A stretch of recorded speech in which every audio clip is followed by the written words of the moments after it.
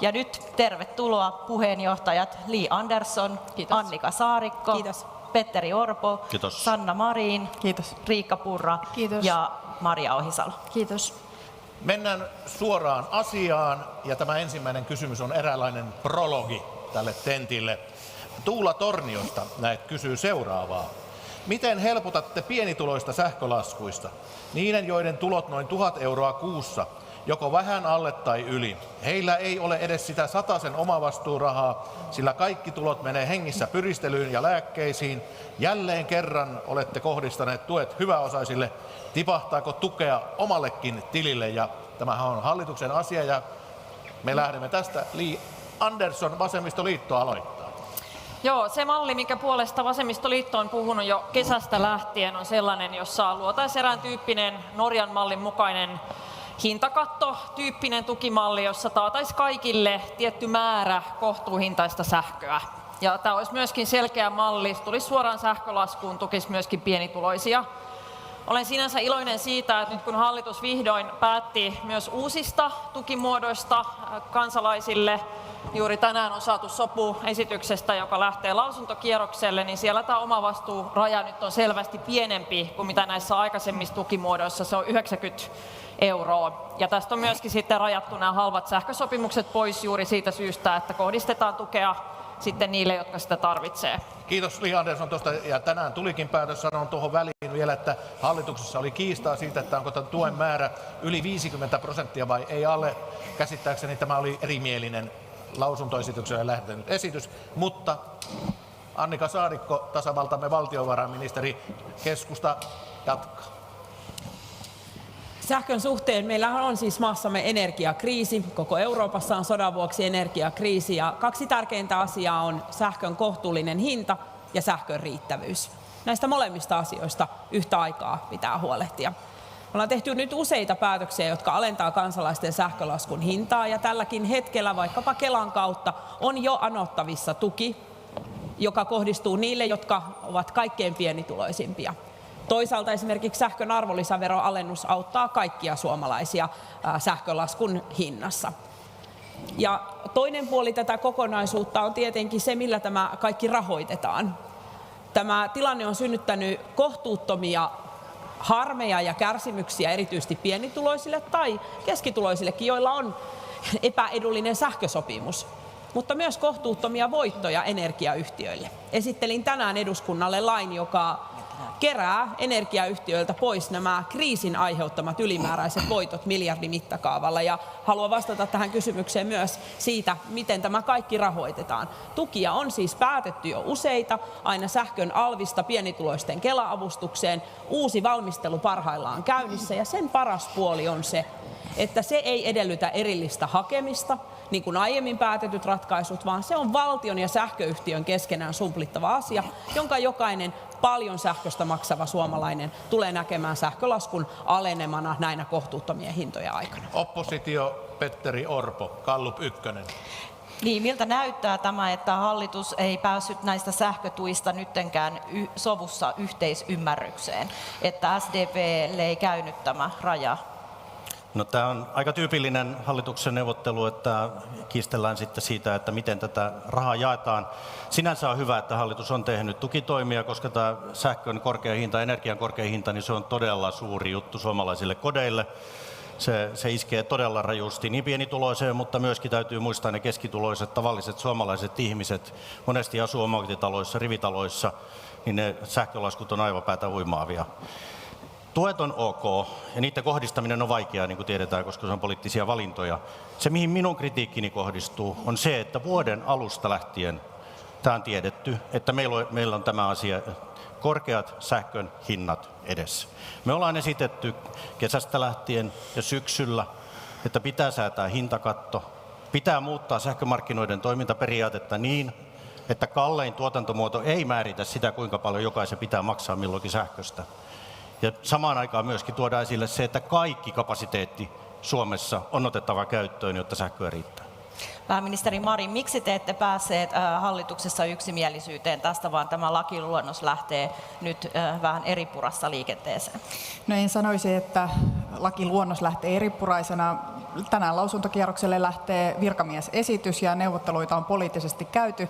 SDP:lle on tärkeää, että tuo korvausprosentti sähkölaskusta olisi riittävän suuri niin, että se aidosti tulee paitsi pienituloisten, niin myös keskituloisten avuksi. Tästä tilanteesta kärsivät ihan tavalliset suomalaiset ihmiset, eivät vain kaikkein pienituloisemmat, vaan myös keskituloiset perheet. Ja me haluamme tulla ihmisten avuksi tässä tilanteessa. Se on tärkeää monestakin syystä. Ensinnäkin sen takia, että ihmiset pärjäävät, mutta myös sen takia, että ihmisten tuki Ukrainalle tässä sodassa säilyy. Me olemme yhteisesti eurooppalaiset tässä tilanteessa ja ei voi olla niin, että tavalliset suomalaiset ihmiset, pienituloiset ihmiset, keskituloiset ihmiset tai vaikkapa yrittäjät kärsivät kohtuuttomasti sen takia, että Putin aiheuttamallaan sodalla on nostanut Euroopan energiahinnat pilviin.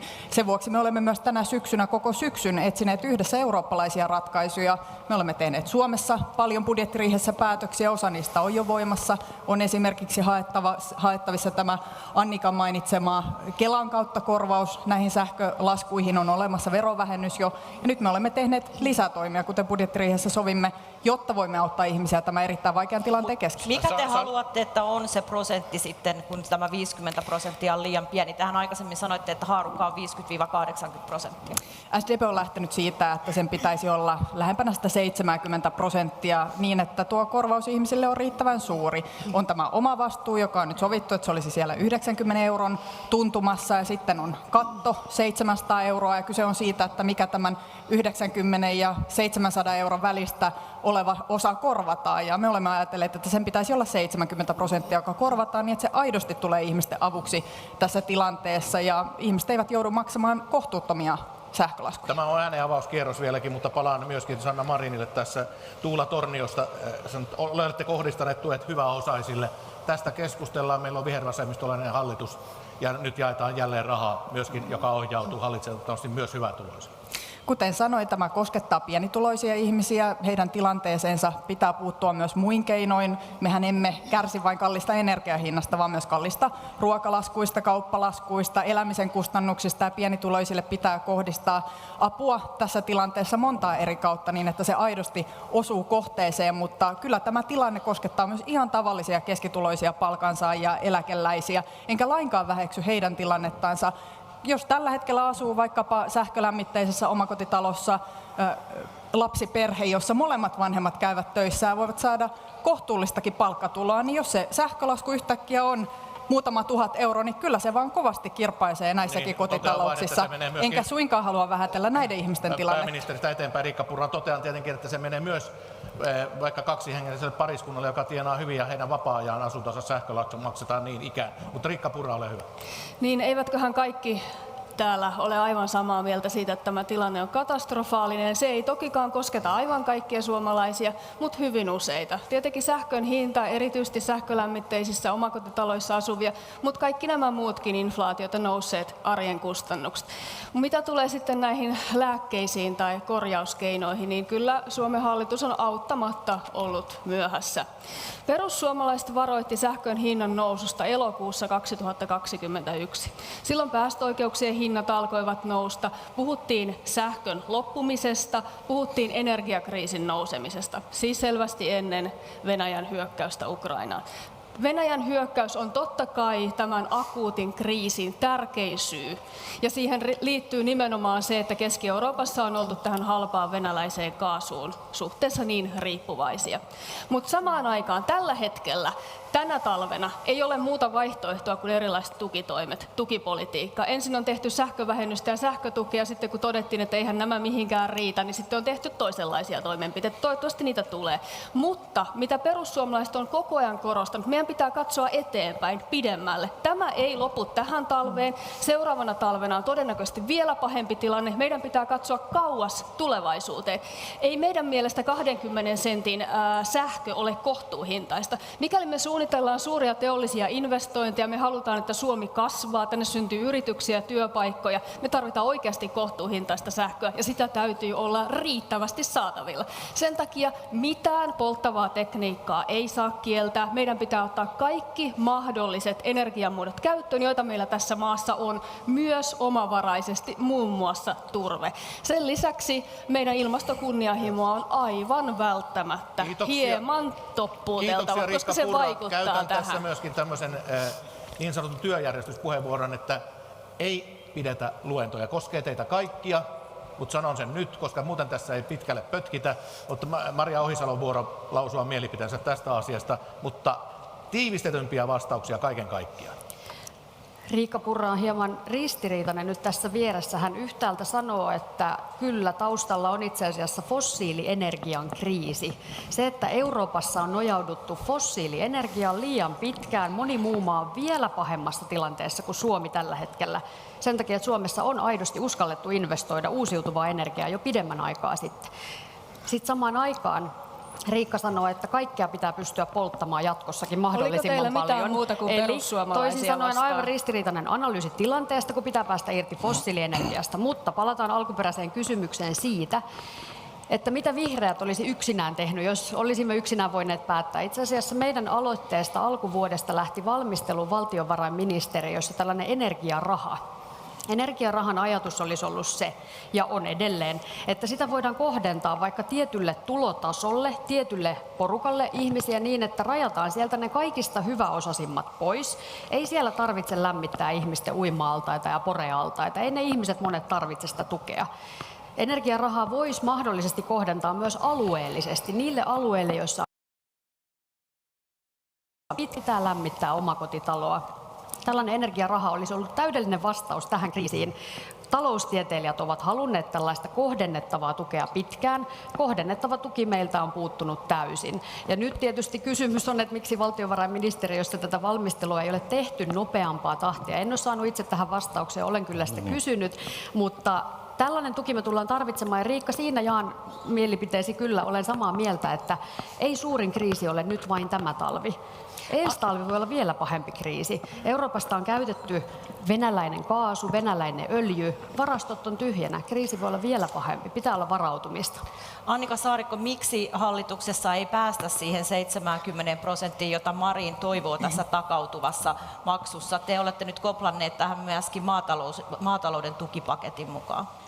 No ensinnäkin, ihan niin kuin oikein tässä on mainittu, niin korkea sähkön hinta, se tietenkin rasittaa ja rassaa kotitalouksia, siis suomalaisia koteja ja perheitä, mutta myös yrityksiä ja kyllä myös suomalaista ruoantuotantoa.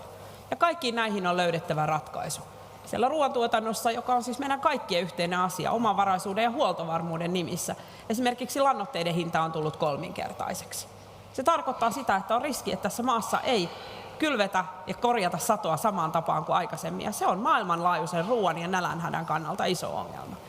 Nyt on hyvä, että näistä molemmista on löydetty yhteiset ratkaisut. Ja tärkeää on aivan kuten tässä isossa energiayhtiöiden voittoverossakin, että tehdään lausuntokierros, kuullaan siitä palaute. Ja minusta on reilua myöntää, niin kuin joku tästä taisi hyvin jo todeta, ei sellaista mallia ole helppo valmistella, joka menee tismalleen oikeaan kohteeseen. Meidän pitää hyväksyä yhdessä se, että ne kaikki ratkaisut ovat epätäydellisiä ja etsitään parhaat mahdolliset reunaehdot niin, että myös aina energian säästö kannattaa, mutta hän, joka tarvitsee tuen, tulee sen Otetaan saamaan. yksi konkreettinen kierros tässä. Käydään läpi, koska tehän olette kaikki kansalaisten esikuvia ja tehneet hyviä ratkaisuja. Li Andersson, minkälainen sähkösopimus sinulla on ja kenen yhtiön kanssa? Pörssisähkösopimus, paljonko maksat kilowattitunti? Mä asun sähkölämmitteisessä puutaloasunnossa ja mulla on aika kallis Turku Energian toistaiseksi voimassa oleva sähkösopimus tällä hetkellä ja pohdin, mihin mun ehkä kannattaa siirtyä ja milloin. Eli sanoisin, että olen varmaan yli 20 senttiä kilowattitunti? Yli 20 senttiä, kyllä reippaasti yli tällä 40. hetkellä. No voit kertoa sen. Se taitaa olla 33 senttiä kilowattituntia tällä hetkellä. Eli sanoisin, että aika tyypillinen esimerkki siitä, mitä monet kansalaiset tällä hetkellä pohtii. Annika Saarikko, millainen on sähkölasku Oripäässä? Joo. Paljonko kilowattitunti, mikä yhtiö? Kun teimme pari vuotta sitten remonttia, niin vaihdoimme sinne öljylämmityksen ilmavesilämpöpumppuun. Ja se on tietenkin ollut niin kuin energiankulutuksen kannalta todella hyvä ratkaisu sen ison remontin yhteydessä. Ja meillä on 2 vuoden määräaikainen sopimus, joka uusiutui juuri ennen näitä niin kuin korkeimpia sähkön hinnan nousuja ja on noin 10-11 senttiä. Oikein hyvä onni. Petteri Orpo, kilowattitunti hinta ja sopimusmuoto. 1. marraskuuta siirryttiin pörssisähköön meidän omakotitalossa Turussa. ja äsken katsoin, niin päivän keskihinta on ollut 12,9 senttiä ja 15 senttiä noin tällä hetkellä. Eletään sitä arkea, missä pystyy näkemään, että miten tämä pörssisähkö vaikuttaa. Joulukuu oli tosi julmaa, nyt on onneksi vähän parempi tilanne. Olkiluoto lähtee 4 viikon huoltotauolle, taas sähköhinta nousee.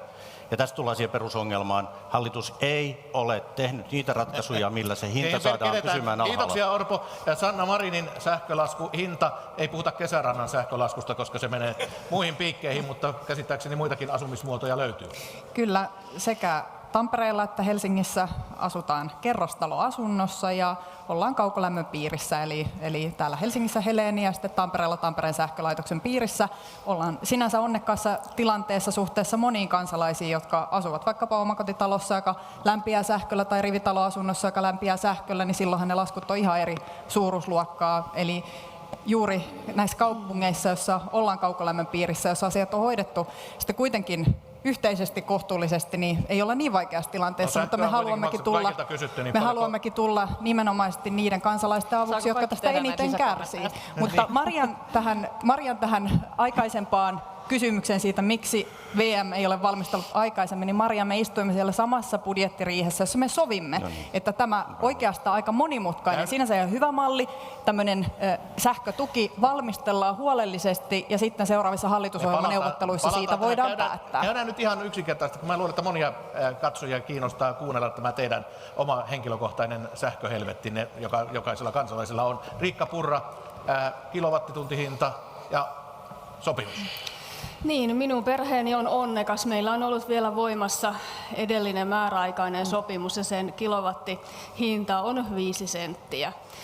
Asumme erillistalossa, jossa on maalämpö. Lisäksi paneelit on tilattu, mutta taloyhtiö ei ole niitä vielä saanut. Tiedämme, että tähän on hyvin paljon halukkuutta tässä maassa. Sähkö tuotetaan ydinvoimalla ja vesivoimalla, mutta ensi kuussa sitten on uuden sopimuksen aika ja silloin varmasti pörssisähköön siirrytään ja ollaan entistä tarkempia tietysti sähkön säästöstä. Mutta täytyy sanoa, että meidän taloudessa ei ole tarvinnut nyt tehdä mitään erityisiä toimia, koska olemme eläneet aina hyvin energiaviisaasti. Maria Ohisalo, kilowattitunti ja sopimusmuoto. Samoin meillä on suunnitelmissa aurinkopaneelien hankkiminen, mutta ihan sama huomio, että todella moni haluaa niitä paneeleja nyt ja se on hyvä. Siihen myös hallitus on kannustanut monessa. Meidän sopimus on otettu joitain aikoja sitten ja on alle 15 senttiä, olisiko ollut 12.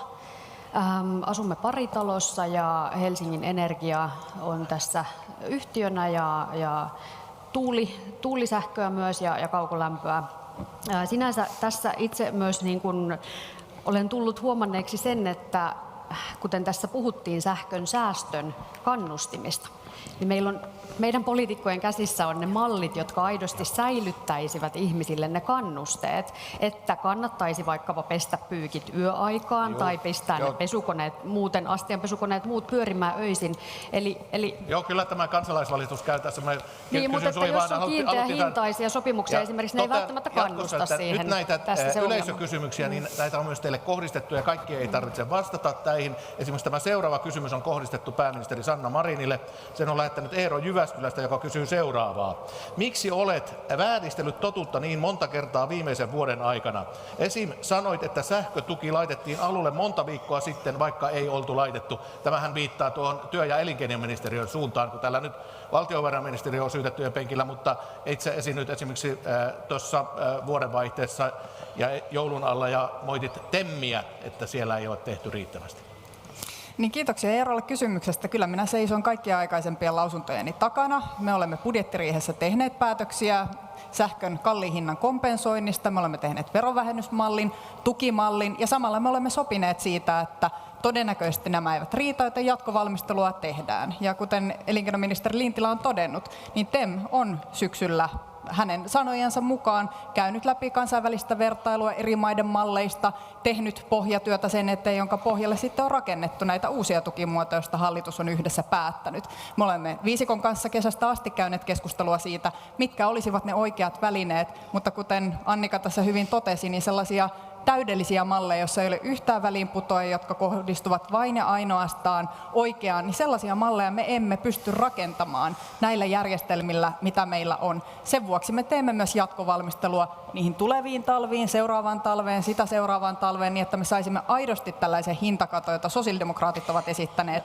Eli että sähkö olisi reilusti sen alle 20 senttiä kilowattitunnilta, että tulisi tällainen kattohinta. No, nämä mallit nyt kyllä rykästiin tässä parissa viikossa sitten lopulta kasaan, niin kysytään nyt vielä, että koska tämä sähkön hintakatto on realismia Suomessa, sitä kansalaiset haluaisivat, että se olisi hyvä keino ja tarpeellinen, niin koska te saatte tämän asian tehtyä, koska nyt oikeasti nämä mallit kyllä tuli aika puskista tässä sitten valmiiksi. No nythän me olemme tehneet päätöksen tällaista kertakorvausmallista, että tämä saadaan nopeammin, se tulee nyt nopeasti ihmisten avuksi, mutta tämä kattohinta, sen valmistelu kestää pidemmän aikaa.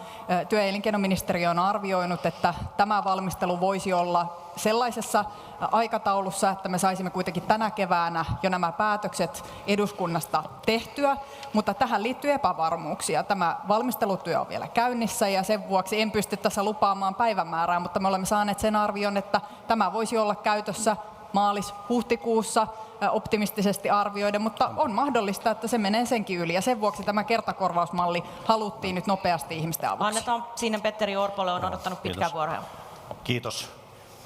Jos hallitus olisi toiminut silloin, kun tästä alettiin puhumaan. Me ollaan esitetty hintakattoa jo elokuussa. Jos hallitus olisi oikeasti alkanut silloin toimimaan, laittanut tämän hintakaton valmisteluun, kun nyt pääministeri sanoo, että kevään aikana voisi olla valmista. Jos se olisi aloitettu elokuussa, niin se hintakatto olisi nyt olemassa. Ja kun nyt on ne kuukaudet, milloin ihmiset maksaa kodeissaan niitä korkeita sähkölaskuja, nyt, ei keväällä, se hintakatto olisi tarvittu tähän. Tässä menee taas kerran niin kuin hallituksella niin monta kertaa, että ensin tehdään jotain, sitten ei tehdä yhtään mitään ja sitten hosutaan. Niin kuin nyt nähdään tässä, miten näitä tukipäätöksiä tehdään. Ja sitten syytellään välillä virkamiehiä, välillä työ- ja elinkeinoministeriä, välillä valtiovarainministeriötä. Kansalaisia, suomalaisia kiinnostaa tällä hetkellä se korkea sähkölaskun hinta. Ja me ja suomalaiset odottaa teiltä nyt niitä toimia. Me teimme päätöksiä jo budjettiriihessä. Hallitus ei suinkaan ole ollut toimeton. Me olemme tehneet päätöksiä ja me olemme varautuneet siihen, että lisäpäätöksiäkin tarvitaan. Niitä on nyt tehty. Miksei sitä hintakattoa, jota te esititte jopa niin, että valtiovarainministerikin yllättyi pari viikkoa sitten. Miksi te ette tehneet sitä esitystä jo elokuussa, kun tämä asia tuli esille? Miksi nämä kaikki kuukaudet on tuhlattu? No, me kävimme neuvotteluita ja me päädyimme tuolloin budjettiriihessä niihin tukitoimiin, joita me olemme valmistelleet ja ottaneet käyttöön. Eli verovähennysmalliin ja sitten tällaiseen Kelan kautta tulevaan malliin pienituloisille. Mutta tuolloinkin jo totesimme, että me olemme valmiita myös lisäpäätöksiä, jos niitä tarvitaan. Eli päätöksiä tehtiin, mutta tuolloin valittiin nuo mallit. Mutta edelleen sähkön hinta on korkea ja se on se perusongelma. Tukea voidaan maksaa, mutta se sähkön korkea hinta on ongelma. Siihen tarvitaan niitä päätöksiä, jossa hintakatto ja markkinoihin puuttuminen on oikea ratkaisu. Ensimmäisenä toimenpiteenä sekä hinnanmuodostukseen että hintakattoon perussuomalaiset. Mikä oli kokoomuksen vastaus meille silloin? Markkinoita ei saa sorkkia. Mutta oletteko te valmiita sähkökatkoihin, kun tällaisia hintakattoihin mennään? Keskustelua, eli kuka oli eka ja kuka vika, mutta Saarikko ja Li Andersson käyttävät puheenvuoroa. Sitten me siirrymme siitä liuduntuen, ihan pysymme vähän teemassa, mutta Annika ja Li Andersson. Ei suomalaisia sähkölaskun äärellä nyt lämmitä hirveästi tieto, kuka oli ensimmäinen ja kuka teki ja mikä virkamies missä kohdin. Suomalaiset haluavat tietää, löytyykö heille ja erityisesti heille, jotka ovat vaikeimmassa tilanteessa tuki. Ja kyllä, niitä toimia on tehty ja muistan hyvin silloin budjettiriihessä muutama kuukausi sitten, kun hallitus toimi sähkön alvin alennuksella, sähkövähennyksellä ja sähköavustuksella pienituloisille. Miten talousasiantuntijat haukkuivat tukemme aivan liian avokätisiksi ja anteliaiksi. Ja jos oikein tarkkaan muistellaan, niin ei perussuomalaisten eikä liiemmin kokoomuksen vaihtoehtobudjetista tainnut löytyä yhtään tukea enempää kansalaisten sähkölaskuihin kuin hallitukselta. Mutta sen sijaan on syytä lausua kiitokset. Kiitos, että tuitte niissä toimissa, joita me sitten lopulta esitimme ja toivomme tukea myös tästä eteenpäin. Ja siihen lämmitysratkaisuihin omasta kodistani ja muille suomalaisille haluan todeta lyhyesti vielä yhden asian. Merkittävä ero myös kansalaisten sähkölaskuihin syntyy siitä, kenen kotitaloudessa on mahdollisuus turvautua esimerkiksi puulämmitykseen. Keneltä löytyy tulisia, jonka avulla voi lämmityslaskuaan pienentää ja sähköä esimerkiksi vähentää. Yksi keino itselläni lämmittää on myös puilla ja sitä suosittelen muillekin suomalaisille, kenelle se on mahdollista. Kiitoksia Annika Saarikko, emmekä unohda huopatossujen merkitystä tänä talvena. Villasukista puhumattakaan. Kaksi virhearviota, mitä on tehty näissä aikaisemmissa tukimuodoissa, mitä suomalaisten kannalta on tärkeää, että nyt myöskin korjataan, on ensinnäkin se, mä palaan tähän Tuulan alkuperäiseen kysymykseen, koska Tuulahan sanoi olevansa Tuula Torniosta, joka sanoi olevansa pienituloinen. Kelan tuen omavastuuraja on 400 €. Tämä on ollut pienituloisten näkökulmasta se keskeisin kritiikki liittyen hallituksen aikaisemmin päättämiin tukiin, mikä mun mielestä on täysin aiheellinen. Ja onneksi tässä uudessa könttäsummassa tätä asiaa korjataan sillä, että tämä omavastuuraja laskee 90 €, eli tämä tukimuoto tulee huomattavan paljon paremmin palvelemaan pienituloisia suomalaisia. Toinen virhearvio oli se, että heti alusta lähtien ei lähdetty tekemään valmistelua, joka olisi siirtänyt tämä tukisumma suoraan ihmisten sähkölaskuun. Se on helppo, se on ymmärrettävä, se kohdistaa sen tuen niille, joilla on korkea sähkökustannus. Eli tässä lähdettiin tästä perinteisestä suomalaisesta ajattelusta liikkeelle, että nyt osallistetaan Kelaa ja tehdään verovähennyksen kautta, mutta nämä kaikki vaatii hirveästi byrokratiaa. Kela on joutunut palkkaamaan kymmeniä uusia käsittelijöitä tähän sähkötuen hallinnolliseen pyörittämiseen. Sen sijaan, että oltaisiin alun perin tehty sitä, mitä onneksi nyt tehdään, suoraan laskuun siirtävää tukea. Kiitoksia Li Andersson. Me jatkamme teemassa, nimittäin sähkölasku on vain osa ihmisen kustannuksia. Me puhumme nyt tavallisen ihmisen suulla tässä, siirrymme asumiseen ylipäätään, josta sähkölasku on siis osa. Sähköhinnan lisäksi asuminen kallistuu, kun korot nousevat ja inflaatio laukkaa ja elinkustannukset nousevat muutenkin. Ja tähän kysymyksen on meille lähettänyt Sami Kotkasta. Nyt kun kaikki hinnat nousee, sähkö, ruoka, lainankorot ja niin edelleen, ja kansa kärsii yhä enemmän jo korkeiden verojenkin vuoksi, niin miksi helvetissä asuntolainan korkojen verovähennyskin piti ottaa pois? Nyt viimeinenkin vähennys verossa pois, ja tilannehan on juuri näin. Eli tästä vuodesta alkaen asuntolainan korkoja ei voi enää vähentää verotuksessa, niitä on pienennetty, ja lisäksi provosoin teitä koko sakkia, hallitusta erityisesti, että sen sijaan sijoitusasumisesta kyllä vähennyksiä voi tehdä. Sitä tämä hallitus tukee, mutta ei omistus eikä tavalliseen ihmiseen asumista, mutta sijoitusasumista tukee. Kuka haluaa aloittaa? Onko valtiovarainministeri nyt sillä tuulella, että tekisi mites vielä asuntoministeri? Asuntoministeri. Asuntoministeri voi aloittaa. Tuli lupaksi, niin valtio ja sitten asuntoministeri. Hyvä. Todella tärkeä kysymys Samilta. Korkovähennysoikeus poistui Suomessa 10 vuoden aikana ja kaikki hallitukset ovat siihen sitoutuneet. Samaan aikaan tuon päätöksen kanssa, kun se väheni vuosi vuodelta, elimme nollakorkojen poikkeuksellista aikaa. Nyt velalla on taas hinta. Se koskee valtiota ja se koskee kaikkia kotitalouksia. Tämä asia on sillä tavalla vielä vaikeampi, että sähkölaskun suuri rasittava hinta kohdistuu ennen kaikkea talvikuukausille, mutta korot, jos ne jäävät pysyvästi korkeammalla, ne vaikuttavat läpi vuoden. Asuntovelallisia Suomessa on noin 800 000. Pidän perusteltuna ja olen sopinut valtiovarainministeriössä, että me laitamme nyt liikkeelle nopean, tarkan analyysin siitä, että jos korkokehitys, josta siis Suomen hallitus ei päätä, vaan Euroopan keskuspankki, jos se jatkaa edelleen nousuaan, on perusteltua, että me arvioimme, mikä on kipukohta. Sellainen kipukohta korkojen nousussa, jolloin pitäisi arvioida tämän tai vastaavan järjestelmän palauttamista. Miksi näin? Olemme uutisen äärellä. Kyllä, siis koska minä suomena nopeutan. Oletko ajamassa sitä vaihtoehtoa, että asuntovähennykset otetaan verotuksessa uudelleen käyttöön? Olen valmis arvioimaan tätä, mutta haluan tästä ensiksi asiantuntijaselvitykset. Siitä syystä, että täälläkin lavalla olevat kaikki puolueet ovat olleet sitoutuneet sen alasajamiseen 10 vuoden aikana. Ja samaan aikaan, kun korot lähtivät nousuun, tuli vastaan ensimmäinen vuosi, kun korkovähennysoikeutta ei enää ole. Ja tämä koskettaa liki 1 miljoonaa suomalaista. Niitä samoja suomalaisia, vaikkapa pienten lasten perheitä, jossa ruokalaskut on isoja ja asuntolainat suurimmillaan. Pitää katsoa kipupiste, jossa muodostuu sellainen tilanne, että arki vaurioituu niin, että muihin asioihin ei jää rahaa ja kulutuskysyntämme kaikessa muussa tulee ongelmalliseksi. Tähän on hetki pysähtyä. Tämä oli todellakin. Sitten sanotaan vielä, että ei vaalitenteillä ole merkitystä. Tässä kuultiin uutinen, asuntovähennysten palauttamista harkitaan, mutta mitä sanoo asuntoministeri? Annika hienosti musta kuvaa sen, että kaikki puolueet on vuosien varrella jo monessa hallituksessa sitoutuneet siihen, että tämä tukimuoto poistetaan. Vähitellen se on poistettu, ei kertarysäyksellä, että se ei aiheuttaisi valtavia ongelmia, vaan vähitellen. Musta on esimerkki siitä, että kun me puhutaan valtiontalouden kestävyydestä, meidän pitää käydä läpi erilaisia tukia, jotka tässä tilanteessa kuitenkin, kun katsotaan tulonsaajien haarukkaa, niin kohdentuu paremmin toimeen tuleville. Erittäin pienituloisilla, harvalla keskituloisellakaan on varaa ostaa omaa asuntoa. Ja kyllähän tämä tukimuoto on ollut konkreettisesti parempi osaisia tukeva. Vaikka tiedetään, omistusasujissakin on erittäin paljon Kyllä hyvin se pienituloisia ja muita. on kaikkein parempi osaisi. Tämä tukimuoto on mielestäni ollut järkevää poistaa vähitellen. Voisin olla valmis poistamaan sen myös sijoitusasuntojen osalta. Tässä jatkoa sille uutiselle, mutta lisäksi on tärkeää se, että me pidetään jatkuvasti huolta siitä, että kohtuuhintaista asuntotuotantoa meillä tulee lisää.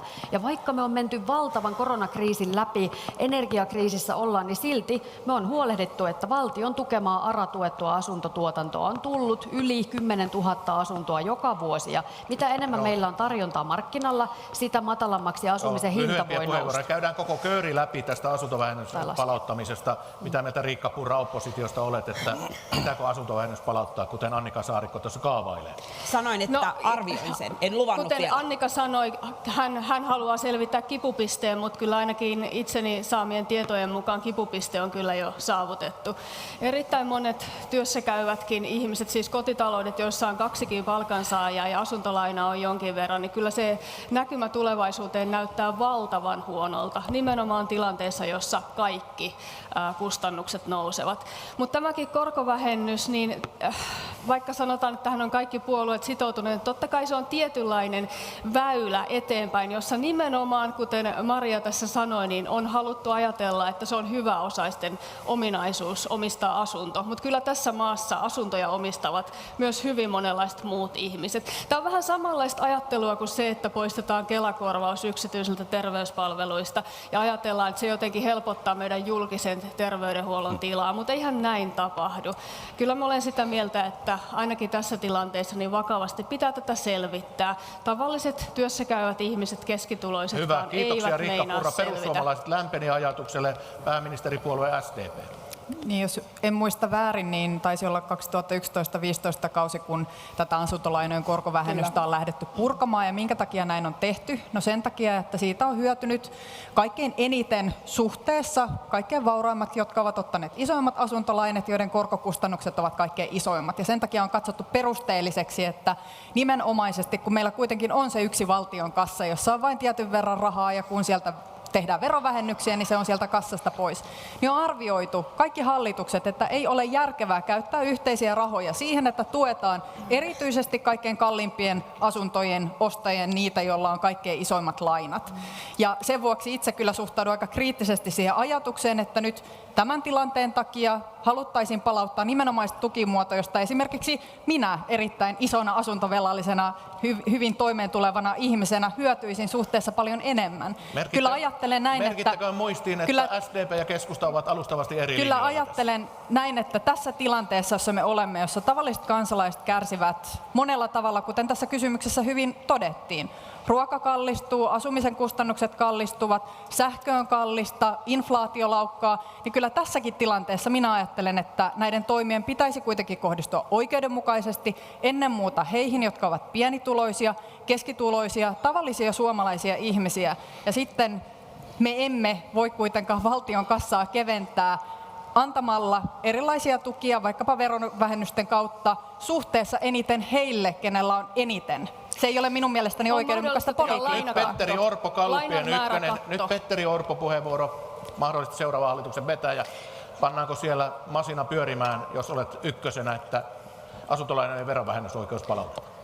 No, käydään nyt ensin ne vaalit ja katsotaan sitten järjestystä. Mutta ensin täytyy ymmärtää se, että tämä on jättiläismäinen asia.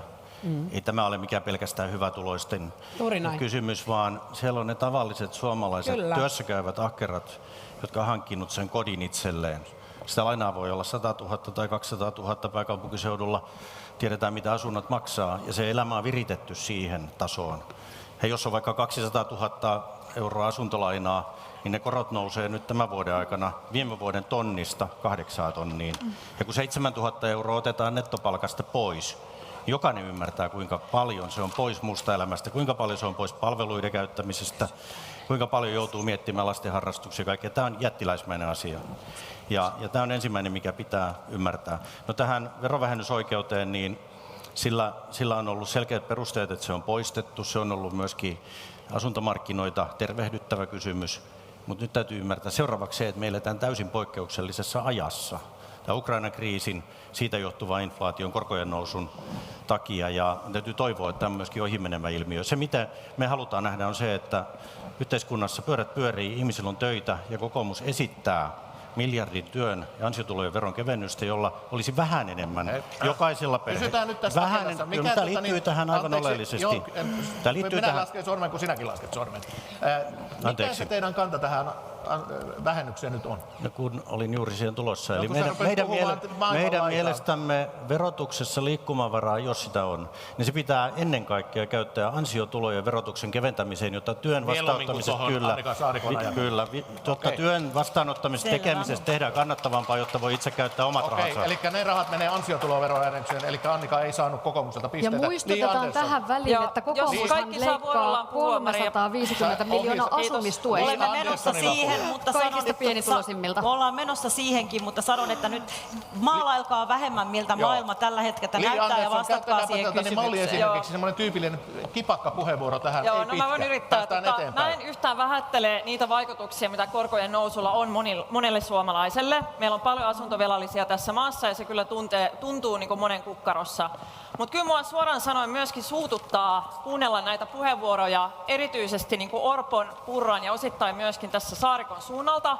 Siis puolueet, jotka näissä vaaleissa erityisesti haluaa puhua valtiontalouden tasapainottamisesta, velkaantumisesta, jotka ajavat miljardiluokan leikkauksia ja alleviivaan kaikkein pienituloisimpien ihmisten toimeentuloon, joilla on yhtä lailla hätää, jotka yhtä lailla kärsii siitä, että ruoan hinta nousee, korot nousee, sähkö kallistuu, niin heille nämä tarjoaa leikkauksia ansiosidonnaiseen, leikkauksia perusturvaan, heikennyksiä, ja sitten tässä ollaan valmiita harkitsemaan uusia verokevennyksiä, verovähennyksiä, jotka, kuten Sanna tässä toi esille, hyödyttäisi niitä, joilla on erittäin isoja asuntolainoja rahallisesti eniten.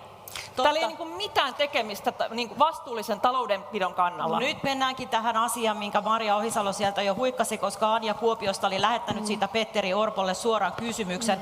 Olet ilmoittanut leikkaavasi asumistukia kaikilta sitä saavilta. Etkö välitä, jos heistä osa joutuu asonnuttomiksi tai ainakin joutuvat tinkimään ruoasta, lääkkeistä ynnä muuta sellaista? Ei haittaa. Otat sanojesi mukaan näiltä ihmisiltä tuet pois ja annat ne rikkaille verohelpotuksina. Pitääkö paikkansa?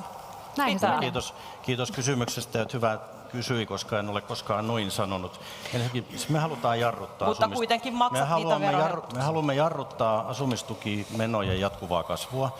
Asumistukimenot on noussut miljardilla 10 vuodessa, ja en usko, että ihmisten asuminen on valtavasti parantunut tai heidän toimeentulonsa on parantunut. Nytkin meidänkin mallissa esimerkiksi eläkeläisten asumistukeen ei esitetä muutoksia, ja muutoin yleiseen asumistukeen mekin esitämme korotuksen viime vuoteen nähden, mutta vain vuokraindeksin verran, eli se ei yleisen kulutusindeksin verran, ettei ne nouse niin paljon, mutta meidänkin mallissa nousee, eli pelko pois. En ole leikkaamassa suhteessa viime vuoteen kenenkään asumistuessa, vaan haluan jarruttaa. Mutta kuitenkin tämä 350 meillä ei ole varaa siihen, on että asumistukimenot kasvaa taas seuraavan 10 vuoden aikana miljardilla. Ei riitä rahat. Miltä, Marin, kuulostaa, mitä kokoomuksen vaihtoehtobudjetissa on tästä asumistuesta? Mielestäni Li käytti hyvän puheenvuoron. Näissä vaaleissahan ei puhuta vain valtion taloudesta, energiahinnasta, hyvinvoinnista, terveyspalveluista, vaan nämä ovat myös arvovaalit. Ja nimenomaan tässä tilanteessa nämä ovat arvovaalit siitä, että kun on vaikeuksia yhteiskunnassa, kun hinnat kohoavat, kun meillä on sota Euroopassa, kun meillä on hankaluutta, niin on arvovalinta, että keneltä otetaan ja kenelle annetaan. Oikeiston linja on selvä. He ottavat kaikkein heikoimpiosaisilta ja antavat kaikkein vauraimmille. Meidän mielestämme on oikeudenmukaista juuri silloin, kun on vaikeaa, niin pitää huolta kaikkein pienituloisimmista, keskituloisista ihmisistä, tavallisista suomalaisista kansalaisista ja pitää huolta siitä, että he pärjäävät. Ja me emme ole valmiita keventämään valtion kukkaroa, valtion kassaa antamalla hyväosaisille veronalennuksia, kohdistamalla heille enemmän rahaa, jotka jo pärjäävät kaikkein parhaiten tässä maassa. Kyse on arvovalinnoista, kyse on arvovaaleista. Oikeiston arvovalinta on selvä. Se on aika kylmä. Saako kommentoida lyhyesti? Ja saako myös kommentoida? Saa kommentoida lyhyesti. Riikka Purra, myös sinulle tuli kysymyksiä siitä, että mistä te olette valmiita leikkaamaan ja onko tämä asumistuki siinä teilläkin listalla? Niin, täällä Li Andersson ja Sanna Marinin kommentit eivät selvästikään näe, että oppositiossa on muitakin puolueita kuin kokoomus. Meidän leikkauskohteemme, meidän valtiontalouden tasapainottaminen ei ole vastaava kuin kokoomuslaisilta. Me emme ole esittäneet myöskään asumistukeen etuuden leikkauksia, emme myöskään ansiosidonnaiseen. Me olemme esittäneet sinne porrastamista. Sen sijaan meidän leikkauskohteemme, juuri kuten Sanna sanoi, näissä on kysymys arvoista. Meidän arvomme ovat se, että me haluamme huolehtia ensisijaisesti suomalaisista, suomalaisten turvallisuudesta ja hyvinvoinnista, ja kaikki muu tulee sen jälkeen. Ja täältä löytyy meidän leikkauskohteemme. Ja me olemme sitoutuneet 2 hallituskauden aikana saamaan julkisen talouden kuntoon. Ja sitä ei korjata siksi, että numerot saadaan kuntoon, vaan juuri siksi, että niistä pienituloisista ja heikompiosaisista voidaan pitää tässä maassa huolta. Mutta jos te haluatte porrastaa ansiosidonnaisen, jos te haluatte porrastaa ansiosidonnaisen, niin oletteko te valmiita lisäämään sinne rahaa? Koska jos te ette ole samalla valmiita lisäämään siihen järjestelmään rahaa, niin se tarkoittaa itse asiassa leikkauksia. Sanna hyvä, miksi sitä porrastetaan? Sen takia, että siellä on kannustavuusongelma. Tiedetään, ja se että pahenee porrastamisella. Se pahenee porrastamisella. Tästäkin ollaan keskusteltu useissa eri tenteissä. On kannustavampaa Arvon puheenjohtajat Riikka Purra ja Sanna Marin, minä keskeytän, koska me tulemme tähän myöhemmin, niin me käydään se keskustelu myöhemmin. Se on juonteen oikeus. Ja nyt me menemme eteenpäin. Minulle äsken luvattiin vielä puheenvuoro tähän aiheeseen. Lyhyt kommentti, jos erittäin lyhyt, mutta ei mitään maalailuja. Niin, totean vain sen, että asumistuki on kasvava menoerä Suomen valtiolle. Asumistuki on tuki pienituloisille asujille, mutta samalla myös suora tulonsiirto asuntosijoittajille. Ja juuri niin kuin kysymyksessä Timo totesi, joka liittyi tähän korkovähennysoikeuteen, asuntosijoittamisesta voi vähentää kuluja, mutta normaalista, musta vääristynyt tilannekuva, että se 15 sekuntia meni, sä nyt lopetat kerta kaikkiaan tähän, että me päästään eteenpäin. Ja mennään tähän asumisessa, pysytään asuntolainoissa. Tällä hetkellä tilanne on, että 134% on velkaa käytetty oleviin tuloihin verrattuna asuntovelallisilla. Eli se määrä on noussut muutamassa vuodessa niin kuin yli kaksinkertaiseksi, eli ihmiset elävät asuntolainoissa yli varojen. Tämä lienee tunnustettu fakta, ja tähän pohjalle todettakoon, että Annika Saarikko vastusti lainakattoa, jota esitettiin, ja Finanssivalvonta on tehnyt stressitestin 25 vuoden aikana, pitäisi kestää 6% korko. Ja tässä ollaan siinä, ja siksipä me kävimme läpi teidän omat tietonne, minkälaisia esimerkkejä te olette. Valtioneuvoston jäseniltä otimme tietenkin sidonnaisuudet tuolta valtioneuvoston sivuilta. Korjatkaa, jos näissä on virheitä. Te olette huomattavan velkaisia ihmisiä kaikki. Ja en ole ollenkaan varma, että jos poliitikon ura loppuu, ministeriura vaihtuu kansanedustajaksi, niin selviäisittekö te edes tuosta FIVAN-testistä. Mutta mennään läpi. Sanna Marin, teillä on valtioneuvoston ilmoituksen mukaan 2 asuntolainasta velkaa yhteensä 719 000 euroa. Mitä jos työt loppuisivat, etkä pystyisi maksamaan tavallisilla kansalaisilla? Monella on tämä sama tilanne, mutta niillä oikeasti loppuukin ne työt. No me olemme itse asiassa juuri tekemässä näitä uusia sidonnaisuusilmoituksia. Nämähän ovat vuoden vanhat. Ja pyydänkin, että korjatkaa näitä ja täsmentäkää, jos ja olemme juuri tekemässä uusia. Nykyinen velkamääräni on pienempi, se on kuitenkin suuri. Paljonko? Toisesta asunnosta, Helsingin asunnosta 620 000 euroa jäljellä, ja tuosta Tampereen asunnosta se on siellä reilu 50 000 euron paikkeilla. Eli olen kyllä lyhentänyt lainoja, tällä hetkellä maksan alle 50% nettotuloistani asumisen kuluja. Ne ovat aika korkeat, kun tässä tehtävässä myös pitää 2 asuntoa.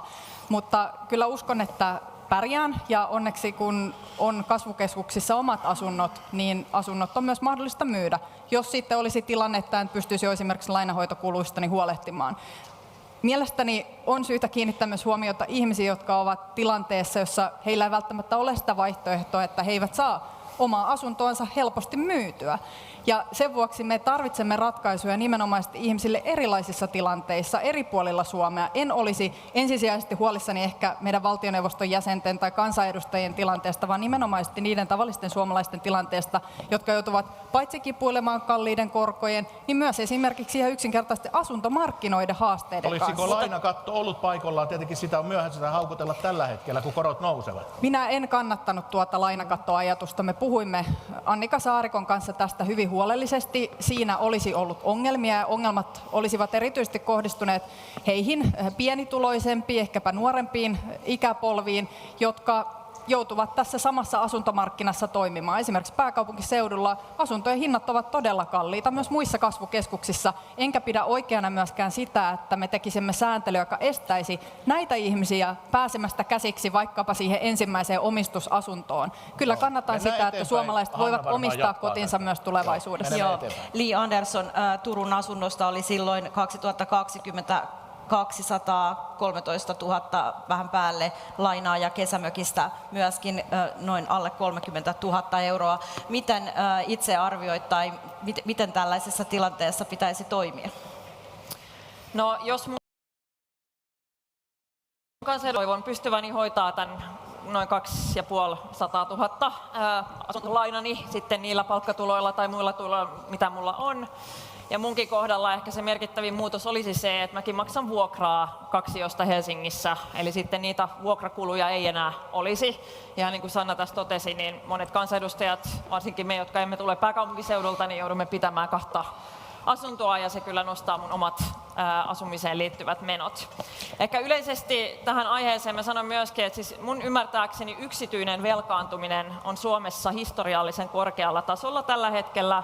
Ja tämä on ongelma, josta on syytä olla huolissaan. Me keskustellaan paljon julkisesta velkaantumisesta, päättäjät ehkä vähemmän tästä yksityisestä, vaikka siihenkin liittyy riskejä, joka liittyy asuntomarkkinoiden toimintaan, liittyy ihan ihmisten oman niin kuin yksityistalouden kannalta riskejä.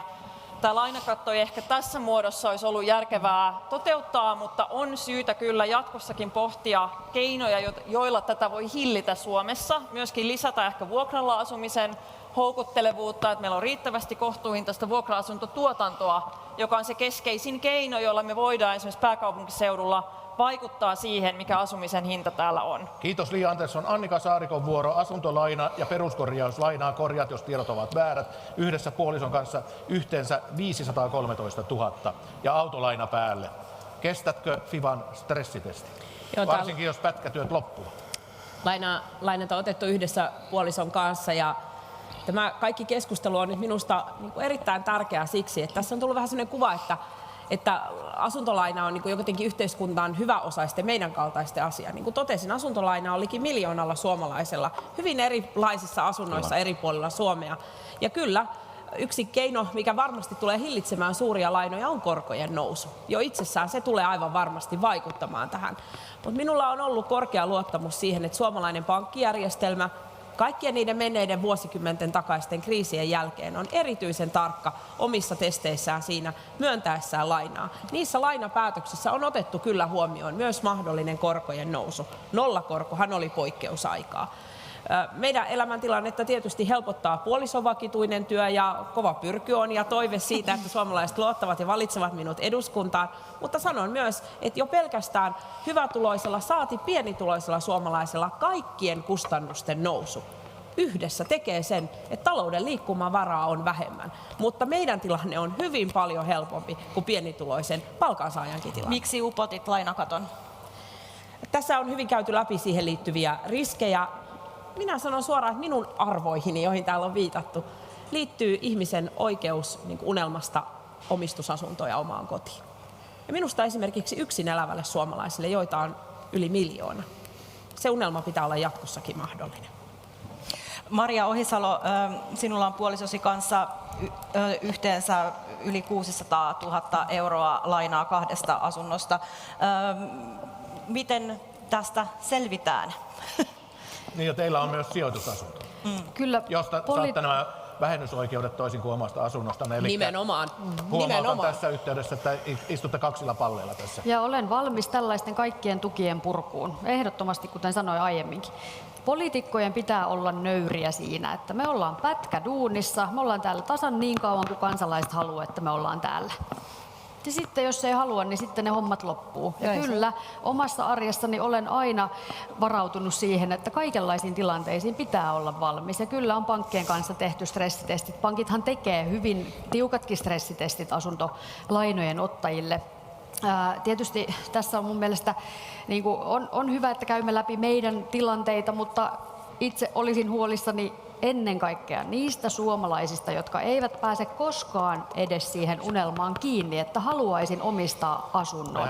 Ja sen takia asuntosäästötili on yksi konkreettinen keino, jolla pyritään siihen, että yhä useammalla olisi tämä mahdollisuus. Itse asiassa tällä hallituskaudella me olemme laventaneet tämän tilin mahdollisuuksia, eli että yhä useammalla ihmisellä olisi mahdollisuus tähän. Maria Ohisalo, mä käymme lisäksi siksi näitä teidän tietoja läpi, koska te olette kansalaisten esikuvia ja nytkin ihmiset tietävät, että paitsi teillä on oma asunto, myös sijoitusasunto, josta voi tehdä vähennyksiä, toisesta ei. Tämä oli esimerkkitapaus. Petteri Orpon ja Riikka Purran osalta ei ole valtioneuvoston sidonnaisuustietoja. Meillä on kyllä käsitys tästä, mutta rehellisyyden nimessä Petteri Orpo, paljonko on asuntolainaa ja onko stressitestitaso kunnossa ja mitä jos pätkätyöt loppuu? Sama kysymys kuin kaikille muille. Mulla on Turun kodista, minun osuuteni vaimon kanssa yhteistä kodista on noin 80 000 euroa ja Helsingissä mulla on pieni yksiö, johon on lainaa noin 221 500. Mulla kävi sen verran tuuri, että joku valo lankesi, että silloin noin 1,5 vuotta sitten otin korkosuojauksen tähän isompaan lainaan, tähän Helsingin asuntoon, ja se on valtavan hyvä. Mutta kun mä tiedän sen, että näillä sadoilla tuhansilla suomalaisilla, joilla on asuntolainaa, niin harva on ottanut sitä korkosuojausta, koska silläkin oli hintansa silloin jo aikanaan, ja nyt ne on vielä kalliimpia, ja tämä hätä on tosi iso. Ja minusta nyt pitäisi taas katsoa vähän kuin sitä seuraavaa vaihetta, että meillä voi olla oikeasti edessä se, että meillä tulee asuntojen pakkomyyntejä, kun ihmisten varat ei kerta kaikkiaan riitä. Jos me mennään taantumaan, niin kuin nyt ennustetaan, niin voi tulla työttömyyttä.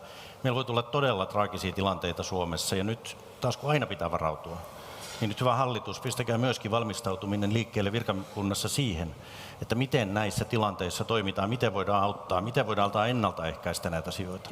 Riikka Purra, sama kysymys kuin Orpolla. Niin, minä olen eduskunnan sivuille ilmoittanut näitä sidonnaisuuksia ja myönnän siellä, että minulla on puolikas sijoitusasunto ja sen lisäksi yksi kokonainen. Ja kyllä minulla on myös noin 200 000 velkaa näistä asunnoista ja puoliksi mieheni kanssa lainaa maksan. Ihan kuten tässä on sanottu, niin täällä lavalla kaikki ovat erittäin hyvätuloisia. Tietenkään nämä tämänhetkiset tilanteet ei lainkaan kosketa meitä sillä tavalla kuin suurinta osaa suomalaisista ihmisistä. Mikäli tästä asuntosijoittamisesta haluaa nostaa vielä yhden näkökulman, mitä tässä keskustelussa ei ole käyty lävitse, niin se liittyy oikeastaan tähän asumistuenkin merkittävään kasvuun.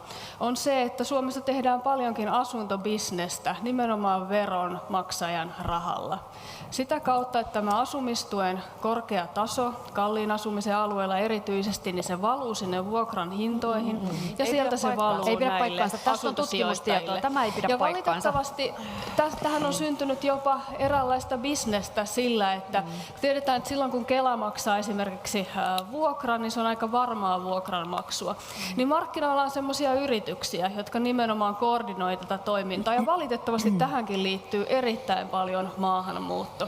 Nimittäin tähän asiaan me ei nyt Riikka Purra valitettavasti mennä tänne eteenpäin, koska tähän taso kello ja meidän on pakko mennä eteenpäin. Sanoma-osakeyhtiön konttorin kello näyttää tuolla, että se etenee. Erittäin pahaa. Meillä on vielä monta tärkeää teemaa tässä jäljellä. Ehdottomasti sanoa. Mistä juurisyystä pitäisi puhua. Nyt mennään eteenpäin. Täytyy saada korjata virhe. Meillä on tutkimusnäyttöä siitä. Me tiedämme, että asumisen hinta määräytyy markkinoilla. Asumisen hinta ei määräydy asumistuen koon mukaan. Tästä on tutkimustietoa. Meillä ei ole nyt meillä ei ole aikaa, nyt me menemme. Mutta Riikan kanssa olen samaa mieltä, että keplottelusta irti kyllä. Jutelkaa se sitten jälkeenpäin. Anna vie Koska eteenpäin. nimittäin nyt me haluamme mennä siihen kysymykseen, joka yllättävää kyllä, tai ehkä ei niin yllättävää kyllä, keskustelutti kansalaisia erittäin paljon, eli siihen, että kenenkä kanssa te suostutte leikkimään seuraavassa hallituksessa. Ja Raija Kumpa Turusta se ei olisi leikkiä. Ja Raija Turusta kysyy Orpolta, muistutan, että nämä kysymykset ovat sellaisia, kun nämä ovat meille tulleet. Onko tosiaan niin, että kokoomus on valmis anarkistien suluissa PS kanssa samaan hallitukseen? Jos niin, minun ääneni menee ainakin SDPlle, vaikken Marinin piletystä hyväksykään. Kiitokset Turkuun kysymyksestä. Tämä on hirveän mielenkiintoista aina tämä, että näillä hallitusratkaisuilla leikitään. Ehkä tässä voi käyttää sitä verbiä. No ei me nyt leikitä. Mutta kyllä se vaan nyt niin on, että nyt minä keskityn siihen, että haluan esitellä ihmisille ja meidän ehdokkaat kokoomuksen tavoitteita, kokoomuksen ohjelmaa. Yritetään saada niille maksimaalinen kannatus. Me nähdään, että Suomessa pitää saada aikaan muutos. Ja mitä vahvempi valtakirja, niin sen jälkeen ryhdytään sitten neuvottelemaan ja katsotaan, että mikä se vaalin tulos on. Ja tavoitteena on se, että saadaan muutos aikaan. Ja se, mutta siinä viikonlopun haastattelussakaan sulla ei paljon ollut siinä niin kuin mitään esteitä yhteistyölle, niin sano nyt aivan vaan selkeästi kyllä vai ei. Virittelettekö mieluummin Riikka Suomalaisten Purran kanssa hallitusyhteistyötä kuin vaikkapa Sanna Marinin demareiden kanssa? Kuten sanoin, niin olen sanonut monta kertaa, että ensin käydään vaalit, lasketaan äänet ja sitten katsotaan, että mistä syntyy luottamus. Minusta Suomen kokoisessa maassa pitää olla valmis neuvottelemaan kaikkien puolueiden kanssa, ei sulkea ketään pois ja pyrkii löytämään se asiallisesti paras ohjelma. Mutta sekin on hauskaa, että me ollaan porvarillisessa maassa, ainakin noin teoreettisesti, kun eduskuntaa katsoo. Ja jos porvaripuolueen puheenjohtaja pohtii, että maassa voisi olla myöskin porvarihallitus, niin siitä nousee kauhea älämölö. Maria Ohisalo, otit tänään jo kantaa, avasit sen arkun, mitä kansalaiset toivovat teidän täällä vähän nyt avaavan, eli sanoit, että vihreät eivät ole menossa sellaiseen hallitukseen, jossa on perussuomalaiset. Perustele. Halusin olla avoin äänestäjille, nyt kun äänestäjät pohtivat niitä omia valintojaan. On oikein, että äänestäjät voivat vaalikopissaan valita sen puolesta, että me jatkossakin teemme töitä ilmastokriisin torjumiseksi, torjumme luonnon monimuotoisuuskriisiä, vähennämme köyhyyttä ja panostamme koulutukseen. Jos tällaisiin asioihin haluaa saada ratkaisuja, kannattaa antaa ääni vihreille.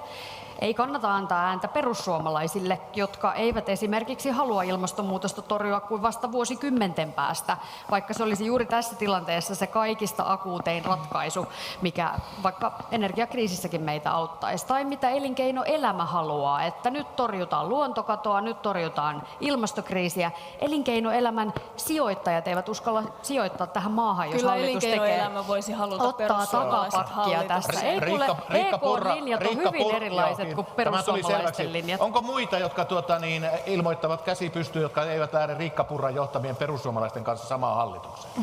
SDP ei lähde, selvä, eikä vasemmistoliitto. Eli kyllä tässä nyt jakoa tulee. No niin. Riikka Purra, nimittäin teille on helppo osoittaa, koska teidän tienne hallitukseen kulkee vain yhtä reittiä. Se on mahdollista ainoastaan kokouksen kautta, mikäli enemmistöhallitukseen pyritään. Haaveiletteko tällaisesta tilanteesta? Te olette Gallupien 2, Petteri Orpo on 1 tällä hetkellä. Niin kuten monta kertaa olen sanonut, niin minulla ei ole mitään hallitus- tai ministerihaaveita sinällä, että minä kaipaisin itselleni sitä ministeriautoa siihen alle. Ainoa syy mennä hallitukseen on mennä tekemään sellaista politiikkaa, jolla tätä Suomea saadaan ohjattua oikeaan suuntaan. Me olemme olleet hyvin avoimia siitä, mitä meidän tavoitteemme ovat, mikä on meidän linjamme, mitä me ajattelemme toisaalta tämänhetkisen hallituksen toimista, toisaalta miten me eroamme kokoomuksesta ja niin edelleen. Tämä on ainoa oleellinen kysymys. Se, mitä hallituksessa tehdään, määrittyy hallitusohjelman kautta. Ja ymmärrän tietysti, että puolueilla on tarpeen tehdä näitä arvopohjaan ja muuhun liittyviä valintoja, mutta kyllä tämän päättää suomalaiset äänestäjät, jotka toivottavasti vaaleissa antavat mandaatit niille puolueille, joiden toivovat pääsevän hallitukseen. Annika Saarikko, herätys. Niin, Ei, minä en kysynyt vielä sitä kysymystä. Tämä oli vasta herätys. täällä ollaan. Olitte omissa Aivan ajatuksissa, valppaana. nimittäin keskustahan näissä harrastuksissa ennakoidaan, että tätä lähtee 1/3 kansanedustajista ja onko kannatuskaan yli 10%, niin minä kysyn nyt suoraan tämän kaiken kansan edessä, että oletteko te valmis lähtemään, vaikka tulos olisi mikä, niin Petteri Orpon porvarihallituksen mukaan kaikkien näiden teidän hallitusseikkailujen ja kannatuksen katoamisen jälkeen? Ja lisää vielä katsojille tiedoksi, että keskustan puoluejohdosta vai varapuheenjohtaja Markus Lohi on linjannut tämän asian selkeästi. Hän on sanonut, että alle 15% kannatuksen jälkeen keskusta ei saa lähteä mihinkään hallitukseen. Millä tahansa tuloksella keskusta ei ole valmis hallitusvastuuseen. Se Siis on millä aivan selvä tahansa asia. tuloksella? Siis tarkoitatko, että millään tuloksella keskusta ei ole enää valmis? Ei, vaan tarkoitan sitä, että tietenkin minun tehtäväni ja niiden niin kuin upeiden keskustalaisten ehdokkaiden koko tässä maassa tehtävä on pyrkiä niin kuin vahvistamaan suomalaisten luottamusta siihen, miksi keskipuolue Suomessa on olemassa. Ja on selvää, että näin alhaisilla kannatusluvuilla että meidän on hyvin vaikea nähdä puoluettamme hallitusvastuussa. Mutta nythän kaikki tämä on vasta alussa ja me tavoittelemme sitä, että suomalaisten luottamus keskustan linjaan vahvistuu. Haluan myöskin sanoa hyvin suoraan, että tämä keskustelun sävy, jossa täällä ollaan valmiita lukitsemaan ennen vaaleja, toi käy, toi ei käy, tonkaan sen ainakaan, no tota voisin harkita. Tiedättekö, että tästä tulee Suomelle vaikea tie? Voi olla, että meille on helppo naureskella, että mihin kaikkiin porukoihin keskusta menee tai on menemättä. On totta, että me ollaan oltu hallitusvastuussa vuosikymmenten aikana kaikkien suomalaisten puolueiden kanssa. Tästä maasta on tullut maailman onnellisin maa. Luottamus, pääoma ja poliitikkojen yhteistyökyky. En väheksyisi sitä. En varsinkaan näin vaikeina aikoina. Kaikki tämä ei kuulosta hyvältä. Sanna Marin, vedit jo käden ystöön, että ei perussuomalaisten kanssa hallitukseen. Tässä kun tästä katsoo, niin näyttää, että meillä on kuitenkin syntymässä blokkivaali. Ja se ei ole kuin hyvä asia. Ruotsissakin. paikkaansa. Ja SDPhän on nyt, kun julistatte, että te ette lähde tähän mukaan, niin SDP on mukana tässä blokkin rakentamisessa. Näin tulkitsen. Niin siis tässä ei ole mitään uutta. Minä olen sanonut jo aikaisemmin Kyllä, monta mutta tämä on kertaa, vaalitentti. että en näe SDP tai perussuomalaisia samassa hallituksessa. Se ei johdu Riikasta. Ei minulla ole Riikkaa henkilönä vastaan yhtään mitään. Varmasti henkilöinä tulisimme ihan hyvinkin toimeen, mutta itse vain näen, että SDPn ja perussuomalaisten arvopohja on niin kaukana toisistamme, meidän maailman katsomuksemme on eri.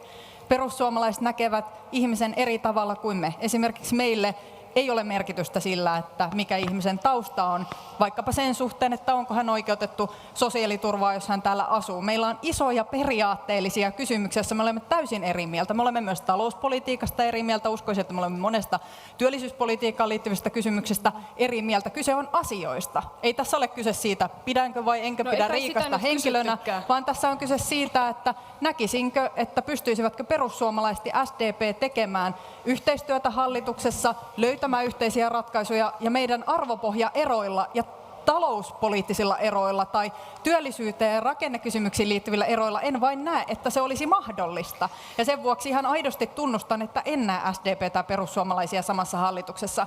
Sinänsä SDP on aina ollut hyvin yhteistyökykyinen puolue ja mekin olemme tehneet yhteistyötä hyvin laajasti puoluekentän yli, No niin, mutta meidän keskeytän. välillämme näen, että Minä luulen, että SDP ja täällä on perussuomalaiset erittäin ovat hyvä liian kysymys. kaukana Keskeytän toisistansa. tässä nyt ja saat jatkaa hetken kuluttua näistä arvopohjista lisää. Myöskin Raimo Espoosta kysyy juuri Marinilta, että koetko, että teidän lähes antikokoomusasenne varsinkin hallituksen alkutaipaleella haittaa nyt teidän mahdollisuuksia päästä seuraavaan hallitukseen. Ja tämähän juuri tämä porvarihallituksen mahdollisuus nousi tässä esiin, kun Riikka Purran perussuomalaiset on siellä noussut SDPn ohitte, niin anti-asenne kokoomusta kohtaan, onko mahdollisuuksia sinipunaan? Vai onko yhteinen arvopohja kokoomuksen kanssa? Niin, onko kokoomuksen kanssa yhteinen arvopohja? Ei ole kyllä kokoomuksenkaan kanssa yhteinen arvopohja. Toisaalta meillä on myös kokemusta kokoomuksen kanssa työskentelystä. Sanoisin, että se on neuvottelukysymys. Näen, että meillä on tietyissä asioissa yhteistä. Uskoisin, että me löytäisimme kasvupolitiikasta, kenties koulutuspolitiikasta, tutkimus- ja tuotekehityksestä, kunnianhimoisista tavoitteista täällä yhteisymmärryksestä, kenties myös Eurooppa-politiikasta, mutta sitten on paljon sellaista, missä me olemme hyvin eri linjoilla. Emme me ole Petterin kanssa siitä olleet mitenkään hiljaa, vaan se on näissä lukuisissa tenteissä ja keskustelussa tullut esiin, että meilläkin on hyvin erilaisia näkemyksiä. Ja se on neuvottelukysymys, ja SDP on aika tiukka neuvottelija, mitä tulee vaikkapa hallitusohjelmaneuvotteluihin tai muihin neuvotteluihin. En minä niitä neuvotteluita kaihda, mutta kyllä siinä olisi paljon työtä tehtävänä, että me samaan hallitukseen menisimme. Uskon, että tunne on molemminpuolinen. Perottaako, että jäätte sinne Orralle istuskelemaan, jos Orpo tuosta ottaa Purran ja Saarikko saa keskustan siihen mukaan, niin te voittekin jäädä sinne mopen osalle odottelemaan vuoroanne? Me lähdemme siitä, että SDP olisi suurin puolue vaaleissa. No niin, ja lähdetään. saisimme jatkaa sitä työtä, mitä me olemme tehneet. Suomen työllisyysaste on tällä hetkellä historian korkea. Meidän taloutemme on kasvanut voimakkaasti. Me olemme selvinneet näistä isoista kriiseistä kohtuullisen hyvin verrattuna moniin muihin maihin. Me olemme parantaneet suomalaisten oloja monellakin tavalla. Me olemme panostaneet muun muassa koulutukseen, tehneet historiallisen sote-uudistuksen ja tehneet paljon hyvää. Ja minä uskon siihen politiikkaan, mitä me olemme tehneet, ja haluan sitä työtä jatkaa. Joo, Petteri Orpolle ensimmäinen kysymys tässä, että kerropas nyt kaikille meille toimittajille, kansalaisille ja yleisölle, että kun minä tiedän, että jonkunnäköisiä pohjaneuvotteluja käydään niin kuin tuolla politiikan kulisseissa, niin kerropas mitä sinä touhuat tuolla Helsingin kabineteissa tällä hetkellä. No, mä olen ollut viimeiset 2 viikkoa Suomen Lapissa ja Suomen Turussa, eikä ole touhunut Helsingin kabineteissa mitä sä touhuat ensi viikolla? Nyt kun eduskunta aloitti, niin mitä sä rupeat touhuamaan? Nyt me ollaan täällä vaalitentissä ja tapaan kollegoita täällä ja eduskuntatalolta tuli tänne, ei vaan vakavasti ottaen. Siis Suomen vahvuus on se, että me ollaan pystytty täällä löytämään enemmistöhallitukset, jotka vakavassa paikassa hoitaa asioita. Suomi on vakavassa paikassa, Euroopassa käydään sotaa, Suomi velkaantuu niin, että hirvittää, me ollaan menossa taantumaan.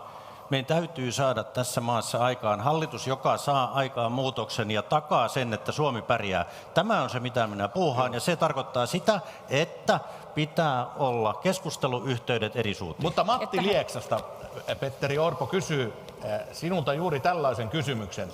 Tämä on Orpolle henkilökohtaisesti. Miten meinaat hoitaa pääministerin postin, kun jo puoluejohtajan postin hoitamisessa näyttää olevan vaikeaa? Nimittäin sana ei näytä oikein olevan niin kuin hallussa, kun sieltä lentelee vaikka minkälaisia sammakoita. No, olen tätä hommaa hoitanut nyt 6,5 vuotta ja kokoomus on siinä aikana voittanut 2 kuntavaalit, Euroopan parlamentin vaalit. Maassa on meidän puolueestamme lähtöisin oleva presidentti. Me ollaan Gallup kärjessä. Meillä on selkeä ohjelma. Me ollaan tehty se minun johdolla. Ja me ollaan valmiita siihen, että jos me suomalaisilta valtakirja saadaan, niin me hoidetaan tämä maa-asioita. Tässä ei ole 2 kysymystä, ei mitään epäilystä. Nyt me keskitytään vaalityöhön. Ja jokaisella, kun tätä työtä tekee aamusta iltaan, niin joskus tulee varmaan vähän huonompia sanavalintoja, mutta eri asia on se, että mikä on meidän ohjelma, ja me tiedetään, mitä me halutaan tehdä, ja nyt me halutaan saada suomalaisten valtakirjaa. Seuraavaksi siirrymmekin valtion velkaan, mutta täällä on vielä, annetaan Li Anderssonille tästä hallitusyhteistyökuviosta vielä puheenvuoro. Niin, sisällöt ratkaisee, niin kuin monet tässä on sanonut, ja musta se oli oikeastaan aika hyvin muotoiltu, mikä joku sanoi aikaisemmin, että se oli Sanna, joka sanoi, että näistä on tulossa arvovaalit. Ei blokkivaalit, vaan arvovaalit. Ei tule mieleen hirveästi monia muita eurooppalaisia maita, jossa ikään kuin keskellä tätä hyvin poikkeuksellista kriisitilannetta, jossa ollaan, elinkustannusten nousua, niin puolueet näin voimakkaasti lähtis vaaleihin suorilla leikkausesityksillä kaikkein pienituloisimpien toimeentuloon, mukaan lukien sen lisäksi myöskin hyvinvointipalveluihin. Että tapa ikään kuin nähdä tätä talouspolitiikkaa, tämä niin kuin ajatus siitä, että on ihan sama, mitä niille pienituloisille tehdään, mutta aina nipistää, leikata vähän lisää, niin tämä on niin kuin jollain tavalla jotain ominaista suomalaisille oikeistopuolueille. Kiitoksia Li Andersson. Me jatkamme tästä teemasta, nimittäin nyt teemme tuommoisen pikakurssin kansantaloustieteeseen ja makrotalouteen. Vaalien pääkysymys on monienkin mielestä nimenomaan julkisen talouden kestävyys jatkossa, kurssin oikaiseminen. Valtion velka paisuu tänä vuonna noin 147 miljardiin. Tänään valtiovarainministeriltä tuli uusi tieto, korkomenot piti olla tänä vuonna 1,5 miljardia, no kappas. Nousivat miljardilla, ne onkin 2,4 miljardia. Meillä oli semmoinen hokema, että ne ei ole keltää pois, mutta kyllä ne nyt jostakin pois ovat. Poliisin vuoden menot ovat 900 miljoonaa. Yleisradiostakin paljon puhutaan, se on noin 550 miljoonaa. Niitä hoitelisi 4 Suomen poliisia muilla näillä korkomenoilla. Mutta tämä oli nyt vaan johdanto tähän, nimittäin Seija Jyväskylästä kysyy Marinilta ja Saarikolta. Ja mainittakoon muuten, että kokoomus taisi tehdä välikysymyksen juuri ennen tätä tenttiä tästä korosta ja valtion taloudesta. Sikäli kuin ymmärsin oikein, mutta siihen palataan. Mutta joka tapauksessa Seija Jyväskylästä kysyy Marinilta ja Saarikolta, miksi hallitus ei ole toimiessaan etsinyt säästökohteita, kun havaitsivat Ukrainan sodan ja koronan aiheuttamat lisäkustannukset. Luin jostakin, että sukupuolineutraalit liikennemerkit tulivat maksamaan 53 miljoonaa. Pitääkö paikkaansa? Tässä nyt on kaikennäköistä osuutta, mutta Sanna Marin, lähtekääpäs nyt tästä kansantaloudellisesti liikkeelle. Pitikö ne liikennemerkitkin vielä tuohon sysätä? Tuohon? No on kyllä sanottava, että en ole varma, milloin nuo liikennemerkit on päätetty päivittää. Onko se ollut tällä hallituskaudella? Itse muista, että viisikko ainakaan tällaista asiaa olisi kertaakaan käsitellyt, mutta tietenkin kyllä asiat maksavat, myös liikennemerkit maksavat. Miljardia velkaa ja parikymmentä meni sotaan koronaan, mutta yli 10 miljardia. Otetaan tähän vielä tällainen toinen kysymys, kun Leenalta Hämeenlinnasta on suorempi kysymys, jota ollaan sultakin olemme yrittäneet saada monta kertaa selville ja ei ole oikeasti tullut. Kerro selkeästi ja selvillä numeroilla, millä tavalla vähennät Suomen velkaantumista tulevina vuosina. Ei mitään ympäripyöreää vastausta, vain konkretiaa. Ja Aire Sastamalasta kysyy myöskin, mitkä ovat SDPn mielestä realistiset leikkaustoimenpiteet ensi vaalikaudella? Areena on teidän. Me tulemme esittelemään hyvin piankin ennen meidän vaalistarttia tietenkin puolue, joka käsittelee asiat demokraattisesti myös sisältä, niihin me tulemme ensin nämä käsittelemään totta kai yhdessä puoluehallituksessa, tekemään päätökset ja yhdessä julkaisemaan ja esittelemään, mutta tulemme ennen meidän kampanjan starttia esittelemään myös meidän julkisen talouden tasapainottamisen ja vahvistamisen ohjelman, ja se tulee pääpiirteittäin koostumaan seuraavista elementeistä. Ensinnäkin siitä, että me haluamme nostaa Suomen työllisyysasteen 80%. Tällä olisi julkista taloutta tasapainottava vaikutus muutaman miljardin edestä. Me haluamme myös vahvistaa valtion kasvua, koko Suomen kasvua, sillä 2% kasvutavoitteella me voisimme vahvistaa julkista taloutta ihan yhtä lailla tuon noin muutaman miljardin verran. Mutta sen lisäksi me olemme myös valmiita sopeutustoimiin. Ja täällä niin tulosopeutus kuin menosopeutus ovat meidän keinovalikoimassamme. Esimerkiksi tilkitsemällä näitä verotuksen porsaanreikiä, joita meillä on, niin meillä on mahdollista kerätä valtion kassaan paljonkin rahaa. Ihan yhtä lailla me olemme myös valmiita menosopeutukseen, mutta emme ole valmiita menosopeutukseen esimerkiksi sosiaaliturvasta, emme sosiaali- ja terveydenhuollosta, emmekä koulutuksesta. Minun mielestäni näistä peruspilareista pitää huolta. Nämä ovat arvovaalit ja näissä vaaleissa ratkaistaan se, mihin halutaan satsata, mistä ollaan valmiita ottamaan. Ja tämä kokonaisuus, minkä äsken kerroin, niin tuo vahvistaisi julkista taloutta noin 6 miljardin verran, eli ei se ole pieni summa. Hakemalla kasvua, vahvistamalla työllisyyttä, tekemällä järkeviä sopeutustoimia, jotka eivät haittaa esimerkiksi Suomen tulevaa kasvua. Miksei niitä tehty jo nyt? Niin. Me olemme tehneet tällä kaudella paljon, ja me olemme tehneet myös sellaisia asioita, jotka ovat maksaneet jonkin verran, mutta jotka maksavat itsensä tulevaisuudessa monin verroin takaisin. Esimerkiksi oppivelvollisuuden laajentaminen tulee näkymään Suomen työllisyysasteessa, se tulee näkymään siinä, että meidän nuoret pääsevät työelämään kiinni, ja se tulee vahvistamaan julkista taloutta, vaikka se myös maksoi, niin se tulee vahvistamaan julkista taloutta. Ja tällä hallituskaudella, kuten tuossa kysymyksen esittäjäkin totesi, niin on kyllä eletty aika poikkeuksellisia aikoja. Pandemia, sota, energiakriisi, ei tämä ole ollut helppo kausi hallitukselle, mutta mielestäni me ollaan tehty myös rakenteellisia uudistuksia, ja kuten aikaisemmin totesin, Suomen työllisyysaste on nyt historiallisen korkealla tasolla, ja se on hallitukselta Petteri kova Orpo, saavutus. miltä nämä kuulostavat nämä SDPn ajatukset valtionvelan leikkaamista? No, paljon on puhetta. Vähemmän tekoja on tähän mennessä nähty. 4 vuotta meillä on nyt ollut SDP-johtoinen hallitus.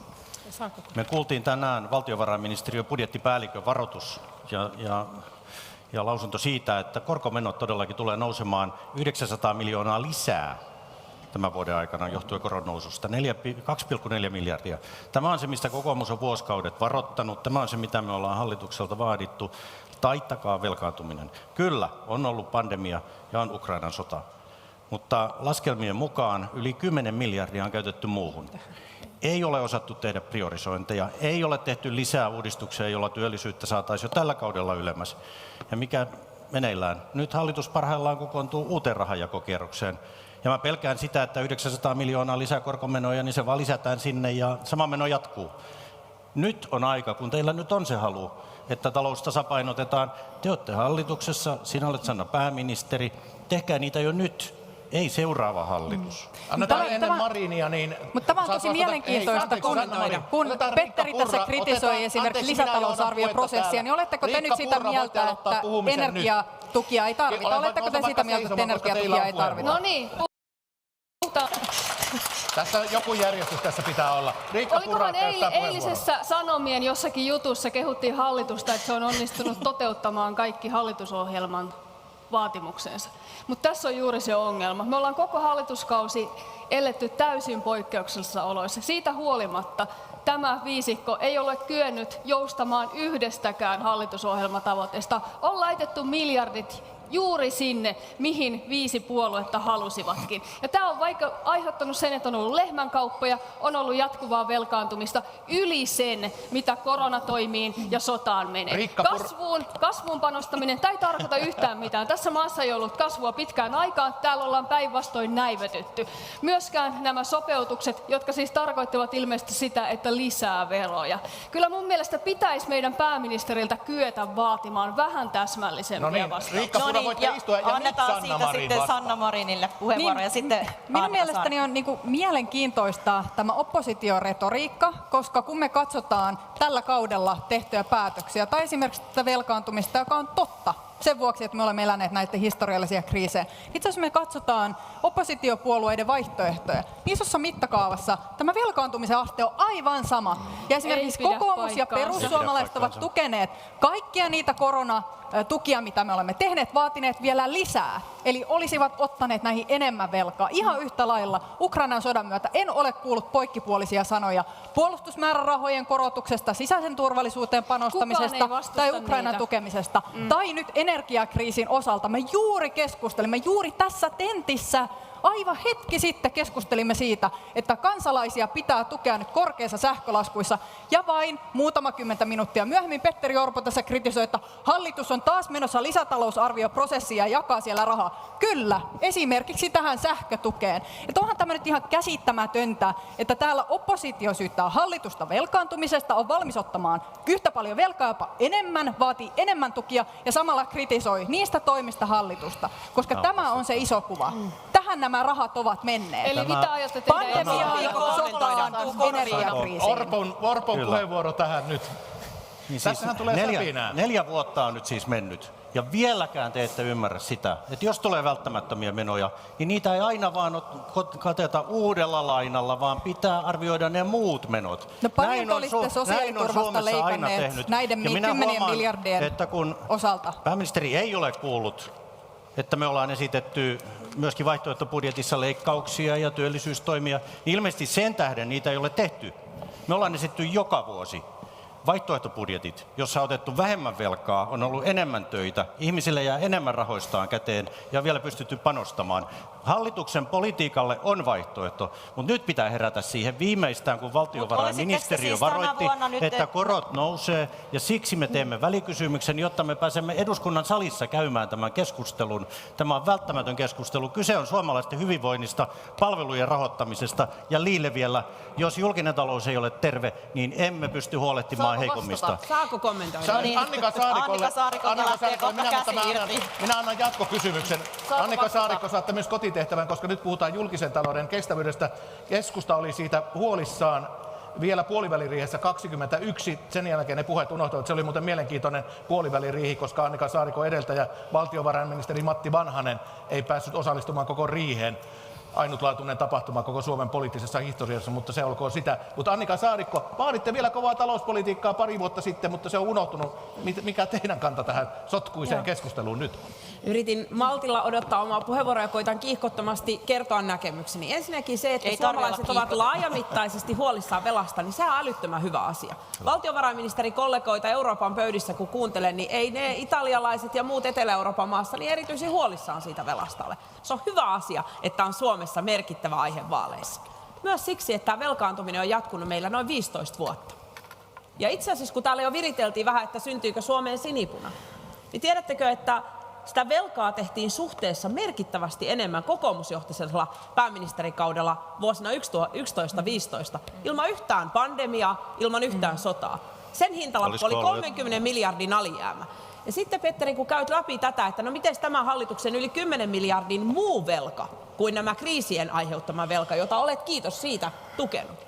Lähdetäänpä liikkeelle, mitä se pitää sisällään. Hoitajamitoitus, kaikkein heikommissa asemassa oleville ikäihmisille kunnollinen ja arvokas hoito. Tuitte tätä. Tutkimus- ja kehityspanokset yrityksille ja suomalaiselle tieteelle. Tuitte tätä. Sitten käydään läpi suomalainen poliisi. Kokoomuksen vakioaihe ja minunkin mielestä arvokas, tärkeä asia, sisäinen turvallisuus. Poliisien määrä. Tuitte Kyllä, tätä. ehdottomasti. Ja sitten kun vielä käydään tätä listaa läpi, suomalainen tiede, taide, liikunta ja kulttuuri, sosiaali- ja terveysalan järjestöt, veikkausvoittovarat, jotka ovat pienentyneet, kun pelaaminen on vähentynyt. Etsittiin ratkaisu valtion taloudesta. Tuitte tätä. Että kun tosiasiassa puhutaan mittakaavasta, niin on tietenkin mukava luoda suomalaisille mielikuva, että no tässäpä porukka, joka ei ottaisi velkaa. Sinäpä sen Tiedätkö, sanoit. että se ei pidä Sinäpä paikkaansa. sen sanoit. Se mittakaava on tismalleen sama, mikä maan Ei hallituksella on ollut. Kokoomusjohtoinen hallitus on suhteessa velkaantunut enemmän kuin tämä hallitus ilman yhtään maailmanlaajuista sotaa tai pandemiaa. Sopii erinomaisesti, että välikysymys Saanko tulee mä ja siihen olen vastata? valmis. Saanko No niin, vastata heti saanko tähän? Saarikko on valmis Mä haluaisin, kysymykseen. tässä kun Li me Andersson kuultiin, ottaa tähän nyt vielä yhden puheenvuoron ja vielä sitten saat hetken vastata odottaa? näihin syytöksiin, Kiitos. mitä tässä Mun tulee. mielestä Annika tässä avasi aivan loistavasti sitä, että sellaista hallitusta ei ole olemassa, eikä sellaisia puolueita ole olemassa, jotka eivät olisi ottaneet velkaa tämän hallituskauden aikana. Niin kuin tässä on todettu, niin oppositio on tukenut ja päinvastoin vaatinut panostuksia kaikkiin näihin kohteisiin, sähkötukiin, puolustukseen, hävittäjähankinnat on ollut laaja yhteisymmärrys koronapandemian aikana, kaikki tukimuodot olivat liian pienet. Kaikki näitä toimenpiteitä, näitä satsauksia oppositio on päinvastoin vaatinut hallitukselta. Sen lisäksi iso osa tästä 10 miljardista johtuu myöskin inflaatiosta. Eli indeksien noususta esimerkiksi, mihin yksikään puolue hallituksessa ei myöskään olisi pystynyt vaikuttamaan. Silloin kun inflaatio nousee, niin monet indeksisidonnaiset menot automaattisesti nousee, kasvattaa menoja. Kun katsoo, kuinka paljon tämä hallitus on tehnyt pysyviä menolisäyksiä, siis pysyviä menolisäyksiä, sellaisia, jotka siirtyy, se meno niin kuin jää valtion budjettiin ensi kaudelle, niin se summa on noin 2 miljardia. 2,5 miljardia, eli ei lähelläkään niitä isoja summia, mitä tässä pyöritellään. Ja nämä on ollut panostuksia ihmisten perusturvaan, nämä on ollut panostuksia varhaiskasvatukseen, oppivelvollisuuteen, teistön kunnossapitoon sekä kulttuurin, nuorison ja liikunnan rahoihin. Kaikkiin näihin on ollut yksimielisyys, yhteisymmärrys eduskunnan sisällä. Nyt sitten ja mä jatkan siihen vielä loppuun sen, loppukaneettiin. että esimerkiksi Vasemmistoliiton vaaliohjelmassa siihen tulee sisältymään keinoja, joilla valtion taloutta voi tasapainottaa ensi kaudella noin 3 miljardin edestä. Ja mä oon itse siinä käsityksessä, että saatte kollegat korjata, jos mä oon väärässä, että me ei olla eri mieltä tästä mittaluokasta. Kaikki puolueet puhuu tismalleen samasta mittaluokasta, kun me puhumme valtiontalouden tasapainottamisesta ensi kaudella. Se mikä erottaa puolueet toisistaan on se, tehdäänkö tätä leikkaamalla sosiaali- ja terveydenhuollosta, leikkaamalla pienituloisilta, leikkaamalla koulutuksesta, niin kuin tehtiin koko 2010-luvun ajan, vai ollaanko valmiita käyttämään tulopuolen keinoja, tekemään oikeudenmukaisia veroreformeja, jotka kohdistuu suuriin omistuksiin, esimerkiksi näiden listaamattomien yritysten omistajien osinkoverotukseen. Kiitoksia. Ja tämä on se Voitte ero jatkaa tätä puolueiden välillä. kahdenkeskistä keskustelua vaikka Turun valtuuston Tässä kokouksen on jälkeen. käyty nyt Turussa. paljon No tätä kun kerran saa puheenvuoron, niin on pakko käyttää. kysymyksiä siitä, että miten kokoomus näkee hallituksen toiminnan, niin nyt vastaa näihin syytöksiin, mitä tässä on tullut. Joo. Ensinnäkin me ollaan esitetty joka vuosi vaihtoehtobudjetissa vaihtoehto vastaa nyt hallituksen niihin politiikalle. syytöksiin, mitä sieltä Joo, ei luetella kokoomuksen vaihtoehtobudjettia. Meidän politiikkamme on erilaista. Se perustuu esimerkiksi siihen, että talouden tai ylipäänsä hyvinvointi, suomalainen hyvinvointi ja sen palvelut, se perustuu työntekoon ja yrittämiseen, ei jatkuvaa velanottoon. Ja työllisyys onkin historiallisen korkealla. Työllisyys, Annika.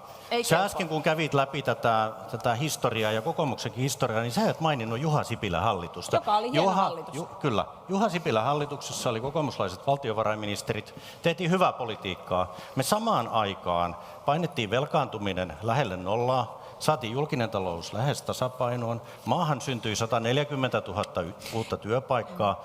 Me pelastettiin hyvinvointiyhteiskuntaa.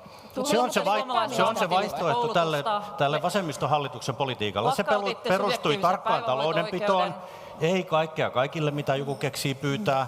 Se perustui siihen, että me asetettiin aina se työ etusijalle, aina. Ja sitä hallitusta me johti tehtiin keskusta. tarkkaa työtä siinä, että julkisista varoista, teidän maksamista verorahoista pidettiin huolta. Ja Mutta kovalla mistä te työllä nyt me sitten päästiin tähän.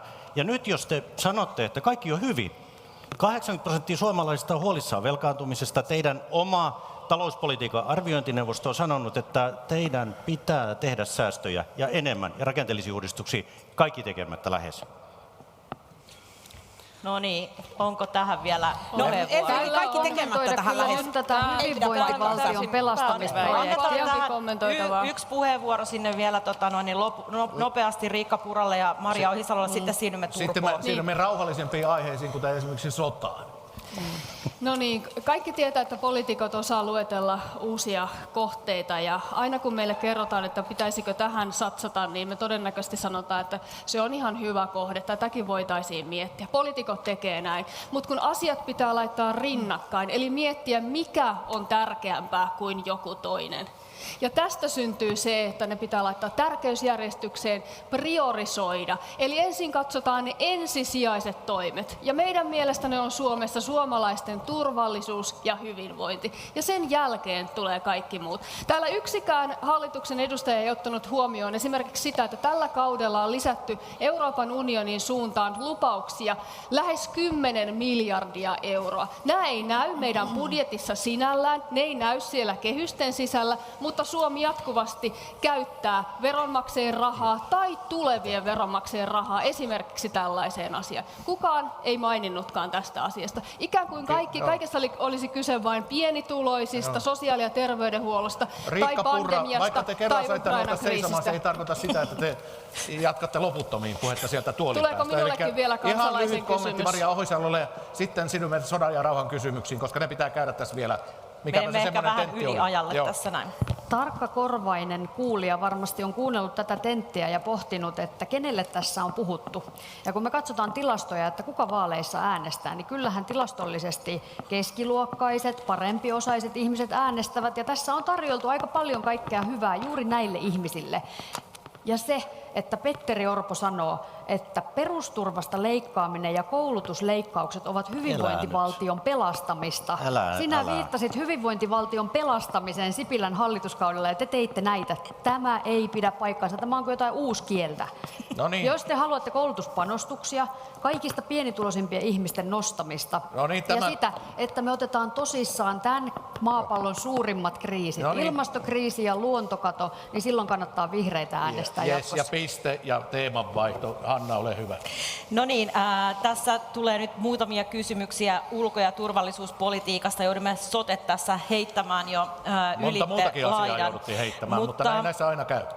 Kansanedustajat Atte Harjanne ja Anders Adlercreutz ovat virittäneet keskustelua yleiseurooppalaisista panssariajoneuvotalkoista Ukrainalle. Ja vaikka Pekka Toveri on ajatellut, että hallituksen tulisi selvittää, että miten Suomi voisi näihin osallistua, niin tässä Tauski Vantaalta kysyy, että miksi niitä Leopardeja ei ole vieläkään lähetetty Ukrainaan oikeaan kenttätestiin, ja kukas täällä haluaa turpo-keskustelun avata? No siitä, Orpo. Joo, kiitos. Ukrainaa pitää Nyt auttaa. vastatkaa vaan siihen, että Ukrainaa Leopardeja pitää vai ei. auttaa. Sitä pitää auttaa niin järeillä aseilla ja vahvoilla, että se lyö Venäjän pois Ukrainasta ja sitä kautta tämä sota vain saadaan päättymään.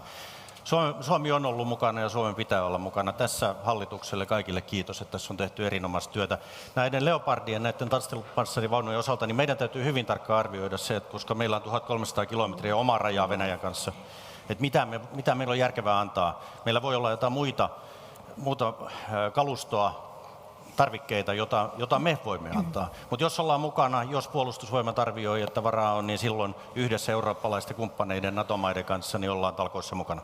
Eli olisitte valmiita talkoisiin mukaan, jos varaa on? Puolustusvoimilta tarkka harkinta siitä, onko se Suomen oman puolustuksen turvaamiseksi järkevää, mutta Ukrainaa pitää auttaa. Siitä ei ole kahta kysymystä. Onko Marin hallitus miettimässä tätä asiaa ja oletteko valmis tällaiseen yleiseurooppalaiseen yhteistyöhön? Totta kai hallitus pohtii kaikkia näitä kysymyksiä. Suomi on tukenut Ukrainaa erittäin mittavasti. Me olemme tehneet useita asepaketteja, me olemme tukeneet humanitaarisen avun kautta, taloudellisen avun kautta yhteiseurooppalaisesti ja Suomi on tukenut paljon ja me olemme valmiita tukemaan vielä enemmän. Mutta aivan kuten tässä kollega vieressä sanoi, niin kyllä meidän pitää totta kai myös pitää huolta siitä, että Suomen turvallisuudesta kaikissa tilanteissa voidaan huolehtia.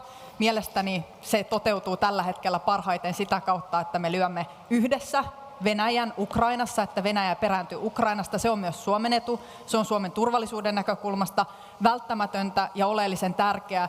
Ja samanaikaisesti meidän pitää myös huomioida ne näkökohdat, että Suomen puolustus on turvattu kaikissa tilanteissa, että meidän rajamme on turvattu kaikissa tilanteissa. Nämä eivät ole meille aivan samantyyppisiä kysymyksiä kuin joillekin muille maille, joilla ei ole yhteistä rajaa itänaapurin kanssa. Eli kyllä me joudumme tässä punnitsemaan eri ulottuvuuksia, mutta tukea Ukrainalle tarvitaan ja me olemme valmiita sitä antamaan. Sanotteko niin kuin tavallaan suoraan, että oikeastaan tämä ei varmaan tule olemaan hyvä? Sanon näin, että tämä harkinta tullaan erittäin huolellisesti ja perusteellisesti käymään ja uskon, että se ratkaisu, mikä tullaan sitten tekemään, se tulee olemaan oikea ja olen myös iloinen siitä, että vaikka me puoluejohtajat tässä olemme monesta asiasta eri mieltä taloudessa, me olemme monesta asiasta eri mieltä muutoin politiikassa, niin ulko- ja turvallisuuspolitiikka on onneksi Suomessa sellainen teema, jossa me olemme löytäneet hallitus-oppositiorajat ylittävästi erittäin laajaa yhteisymmärrystä niistä isoista ratkaisuista, mitä me olemme tehneet. Pidän tätä suuressa arvossa ja uskon, että näin on jatkossakin.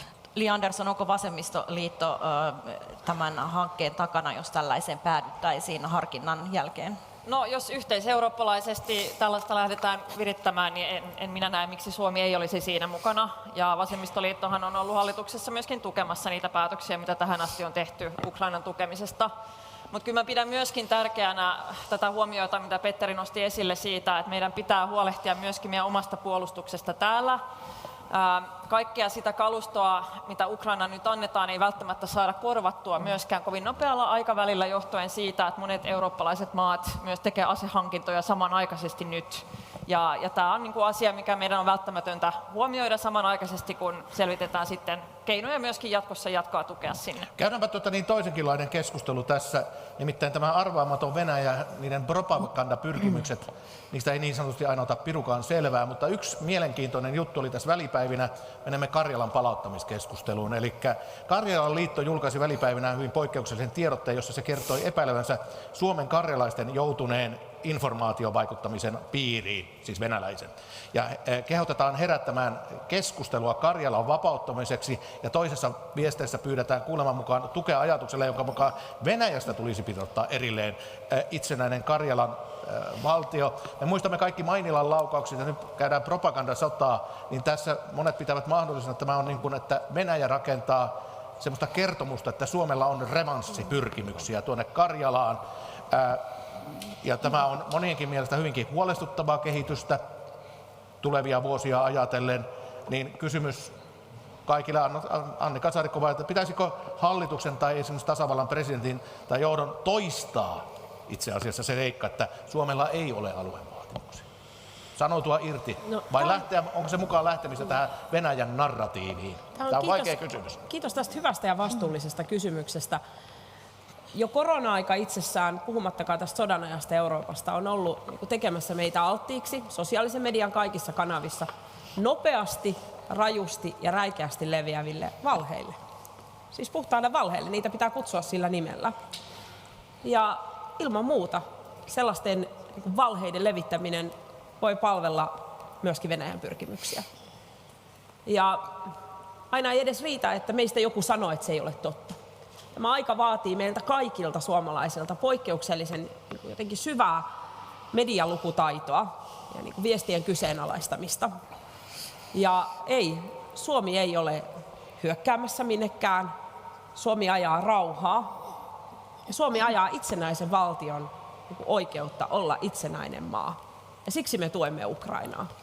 Ja kyllä Suomella on erityinen asema tässä Euroopassa suhteessa siihen, että meillä on 1300 kilometriä yhteistä rajaa Venäjän kanssa ja siitä tulee myös Naton ja Venäjän välinen raja. Se muuttaa Suomen asemaa erittäin merkittävällä tavalla. Ja kun täällä viitattiin näihin asekauppoihin, vain lyhyt huomio. Onneksi me teimme keväällä ajoissa nämä päätökset vahvistaa puolustusvoimien määrärahoja. Annika Saarikko, et vastannut tähän kysymykseen, että pitäisikö tästä narratiivista esimerkiksi Karjalan suhteen sanotua voimakkaammin vielä irti, vai olisiko se mukaan lähtemistä juuri Venäjän narratiiviin? Se olisi juuri tähän keskusteluun vastaamista. Suomella ei ole linjan muutosta tapahtunut. Me emme ole hyökkäämässä mihinkään. Sanna Marin.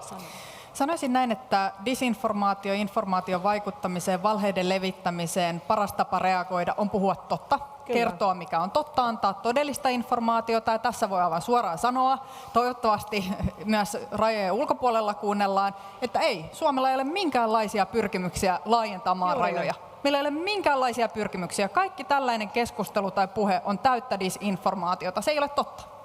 No se tuli siinä nyt erittäin selvästi sanottua. Hyvin lyhyesti. Tässä on puhuttu viisaita, sanoo vaan vanha viisauden, ei pidä provosoitua, jos provosoidaan. Saanko tähän lisätä vielä tästä hybridivaikuttamisesta ja informaatiosodankäynnistä? Nythän nykyisissä sodissa käydään sotaa itse asiassa jokaisen meidän kännyköillä. Jokainen meistä on tietyllä tavalla siellä rintamalla, koska Venäjähän on jo kauan aikaa ennen koronaa valinnut yhdeksi aseekseen sodankäynnissä informaatiosodankäynnin. Eli käydään sotaa ilman aseita.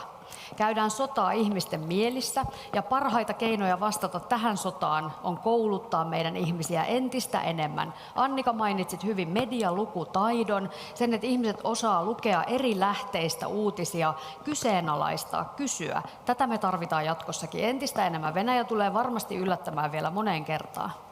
No, yksi asia, mikä tässä on myöskin keskusteluttanut, on se, että ulkoasiain valiokunnan puheenjohtaja Jussi Halla-aho katsoi, että venäläisten demonisointi ja tappamisen karnevalisointi on välttämätöntä, ja hän osti tässä Sign My Rocket-palvelussa ammuksen Ukrainaan terveisin For the Freedom of Finland. Onko tämä suomalaisilta johtavilta poliitikoilta hyvää, toimiva tapa toimia tässä kohtaa kriisiä? Riikka Purra. No, sanoisin, että tietenkään se ei ole oikea tapa toimia, että me karnevalisoimme sodankäyntiä yhtään mistään suunnasta. Mutta se, mikä on toinen asia, on se, että esimerkiksi Jussi Halla-aho tässä sanoo ääneen sen asian, jonka me kaikki täällä kyllä tiedämme. Mikäli Venäjä onnistuu tavoitteissaan, pyrkimyksissään, mikäli Ukraina ei voita tätä sotaa, niin me emme uskalla Suomessa edes ajatella, mitä siitä seuraa. Ja hän käyttää graafisia termejä, hän puhuu suoraan näistä asioista, ja se on selvää. Tämä Sign Your Rocket-palvelu on monien julkisuuden henkilöiden huomion herättänyt, ja he ovat halunneet tällä tavalla tukea Ukrainan kamppailua Venäjää vastaan. Ja ihan kun tässä edellisessä kysymyksessä puhuttiin tästä informaatiovaikuttamista ja muusta, niin tätäkin sotaa käydään niin sosiaalisessa mediassa kuin ihmisten sydämissä ja muualla. On aivan selvää, että se, että me kaikki tuemme Ukrainaa kaikin mahdollisin tavoin, myös sellaisin, jotka eivät ehkä ole tavanomaisia, niin on tässä aivan yhtä tärkeää.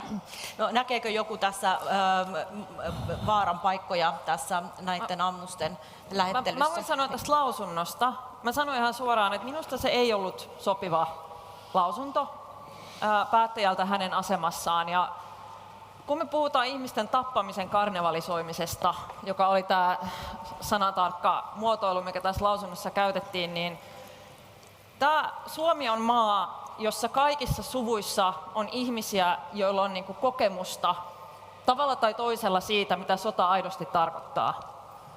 Ja mä jotenkin toivoisin, että me muistetaan täällä ja tiedetään se, että sota on aina kauhea asia. Joskus sotiminen voi olla välttämätöntä, sinne joudutaan, sinne on pakko lähteä. Mutta se, että nuoret ihmiset joutuvat tappamaan toisia ihmisiä, niin se on aina ihmistä jollain tavalla rikkovaa. Ja se on aina kauhea, että sellaista joudutaan. Ja tämä niinku tapa ikään kuin sanoa, että joidenkin muiden ihmisten tappamista pitäisi karnevalisoida, niin minusta se ei ollut sopiva tässä tilanteessa. Mennään tähän, Otetaan tämä tämä oikeastaan, kierros niin mä loppuun vaan tästä. lisään tähän, itse asiassa mä jatkan tähän, koska meillä aika loppuu ja Hannalla on loppukysymys, mutta kysytään tällainen loppukysymys. Venäjän hyökkäyksestä tulee 24. helmikuuta, tasan vuosi. Käydään kaikki nyt tässä samaan kierros läpi ja aloitetaan siitä vaikka Annika Saarikosta ja tullaan kaikille takaisin. Mitä te olette oppineet, ei hirveitä luentoja tietenkään, Vladimir Putinin johtamasta Venäjästä? Miten teidän näkemyksenne ovat muuttuneet? Mikä on jäänyt niin kuin päällimmäiseksi kuvaksi tämän vuoden aikana? Ei luentoja, mutta semmoinen harkittu puheenvuorokierros tähän loppuun. Rajasta on tullut railo. Venäjään ei voi luottaa. Venäjä on arvaamaton. Ja mä oon ollut ylpeä Suomesta, joka on seissyt niin selvästi Ukrainan rinnalla ja halunnut, että ukrainalaiset voittaa tämän sodan. Tämä on nostanut myös monelle niin kuin sukupolvien takaa sodan muistot esiin Suomelle. Mitä mä oon oppinut?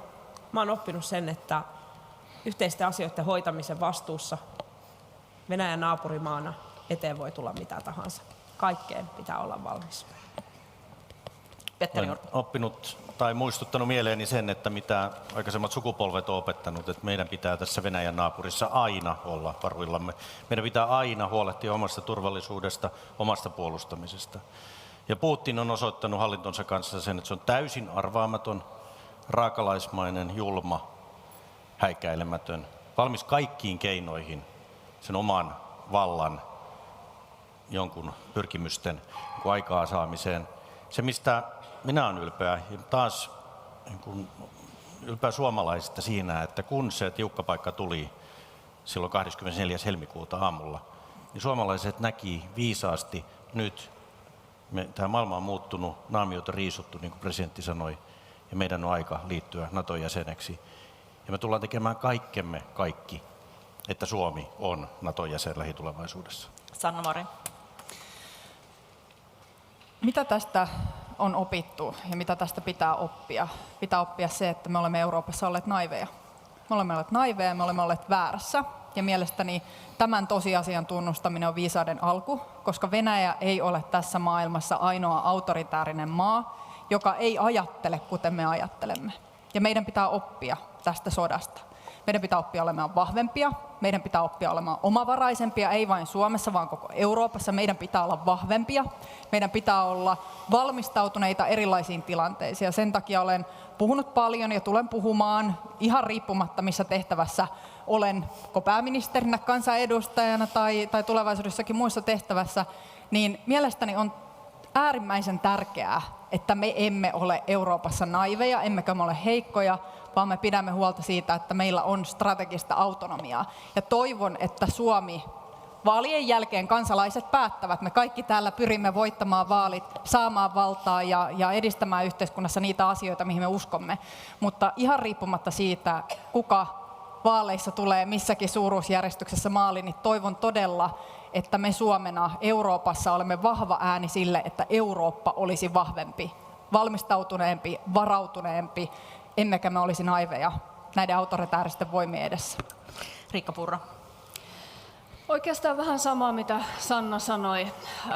Naiviuden ja sinisilmäisyyden lopettaminen, sen ymmärtäminen, että maailmassa on maita, jotka eivät muuta toimintaansa, vaikka me tekisimme niiden kanssa kauppaa, vaikka me uskoisimme, että meillä on jonkinlaisia kansainvälisiä instituutioita, jotka ehkä määrittävät meidän välisiä suhteitamme. Tähän ei voi luottaa. Tämä on opettanut minulle entistä suurempaa realismia ja valitettavasti sitä, että geopoliittisesti me olemme tuollaisen maan naapuri. Ja se on määrittänyt ja se tulee määrittämään kaikkea, mitä tässä maassa tehdään. Ja sen takia meidän turvallisuuspolitiikka, ylipäätänsä se, mihin suuntaan me olemme riippuvaisia yhtään mistään, kuinka paljon me pidämme asioita omissa käsissämme, niin se on tässä maassa, se on elintärkeä. Maria Ohisalo. Ensinnäkin haluan kiittää kaikkia suomalaisia, miten upeasti suomalaiset ovat lähteneet tukemaan ukrainalaisia. Se, että me olemme poliittisesti olleet hyvin samoilla linjoilla siitä, kuinka tuetaan asein, humanitaarisen avun kautta, muin keinoin, mutta myös jokainen kansalainen, joka on voinut osallistua, on pakannut tavaralähetyksiä, antanut rahalahjoituksia, majoittanut omaan kotiinsa kenties tänne Ukrainasta tulleita. haluan kiittää. Tämä on uskomatonta ja tämä on varmasti voima, joka kantaa meitä todella monen asian yli. Ja on selvää, että suomalaisen politiikan tasolla, kenties myös muilla sektoreilla on todella ollut sitä naiviutta. Kun meillä Heidi Hautala on puhunut vuosia, ehkä voidaanko sanoa toista vuosikymmentä siitä, että millaisessa tukalassa asemassa vaikkapa Venäjän oppositio on ja kuinka meidän pitäisi tukea niitä voimia, jotka vastustaa Putinin kaltaisia voimia, niin täällä on naurettu niille asioille. Mä toivon, että koskaan enää uudestaan ei naureta sille, että joku uskaltaa sanoa jo ennalta, että katsokaa, tähän porukkaan ei voi luottaa, tähän valtaan ei voi luottaa. Ja musta on sen takia tärkeää, että Euroopan unionin tasolla on nyt herätty enemmänkin siihen, että meillä voi vaikkapa Kiinan osalta olla samanlaisia riippuvuussuhteita, joita on rakennettu vuodesta toiseen. Oli kyse teknologiasta, energiasta, mistä tahansa. Meidän pitää olla entistä enemmän irti näistä riippuvuussuhteista ja entistä vahvemmin energiaitsenäisiä, itsenäisiä kaikin tavoin. Niin, yksi oppi on se, vähän samansuuntaisesti on se, että monien autoritaaristen johtajien tai niin kuin autoritaarinen tapa käyttää valtaa, niin alkaa oman maan kansalaisista ja alkaa yleensä oman maan kansalaisten vähemmistöistä. Ja tämä me nähtiin Venäjän kohdalla. Tämä oli näköpiirissä jo kauan ennen Krimin niemimaan valtausta, jo kauan ennen tätä sotaa. Eikä tämä herättänyt silloin sitä kiinnostusta, ymmärrystä suomalaisessa yhteiskunnassa laajasti, mikä olisi pitänyt. Ja samanlaista huolta meidän pitäisi nyt sitten kantaa. Kiinaa viitataan, mutta on myöskin eurooppalaisia valtioita, joiden sisäinen kehitys on äärimmäisen huolestuttava monien vähemmistöjen näkökulmasta. Toinen oppi on se, että kaikki ne asiat, mitä me yhdessä pidämme tärkeinä, demokratia, ihmisoikeudet, sellainenkin asia kuin rauha, ne on erittäin hauraita, niitä voidaan menettää hyvin nopeastikin. Ja siksi mun mielestä on hienoa ehkä päättää tätäkin tenttiä siihen, että kuitenkin näissä isoissa kysymyksissä puolueiden ja puoluejohtajien välillä on yhteisymmärrystä, koska nämä on kuitenkin ne kaikkein fundamentaalisimmat kysymykset, jotka määrittää sen, onko meillä ylipäätänsä mahdollisuutta käydä vaaleja tai ylläpitää hyvinvointia tässä maassa. Kiitoksia. Hanna, onko meillä oikeastaan mitään syytä jatkaa tämän Ei, jälkeen? tämä oli se viimeinen kysymys, johon päätimme lopettaa ja olemme jo paljon melkein kaikki etuajalla. olette ansainneet Kiitos taputuksen. teille. Tämä tenttihän päättyi suureen kansalliseen yhteisymmärrykseen, eli on meillä joku yhteistä tässä. Kiitos teille. Kiitoksia paljon. Kiitos.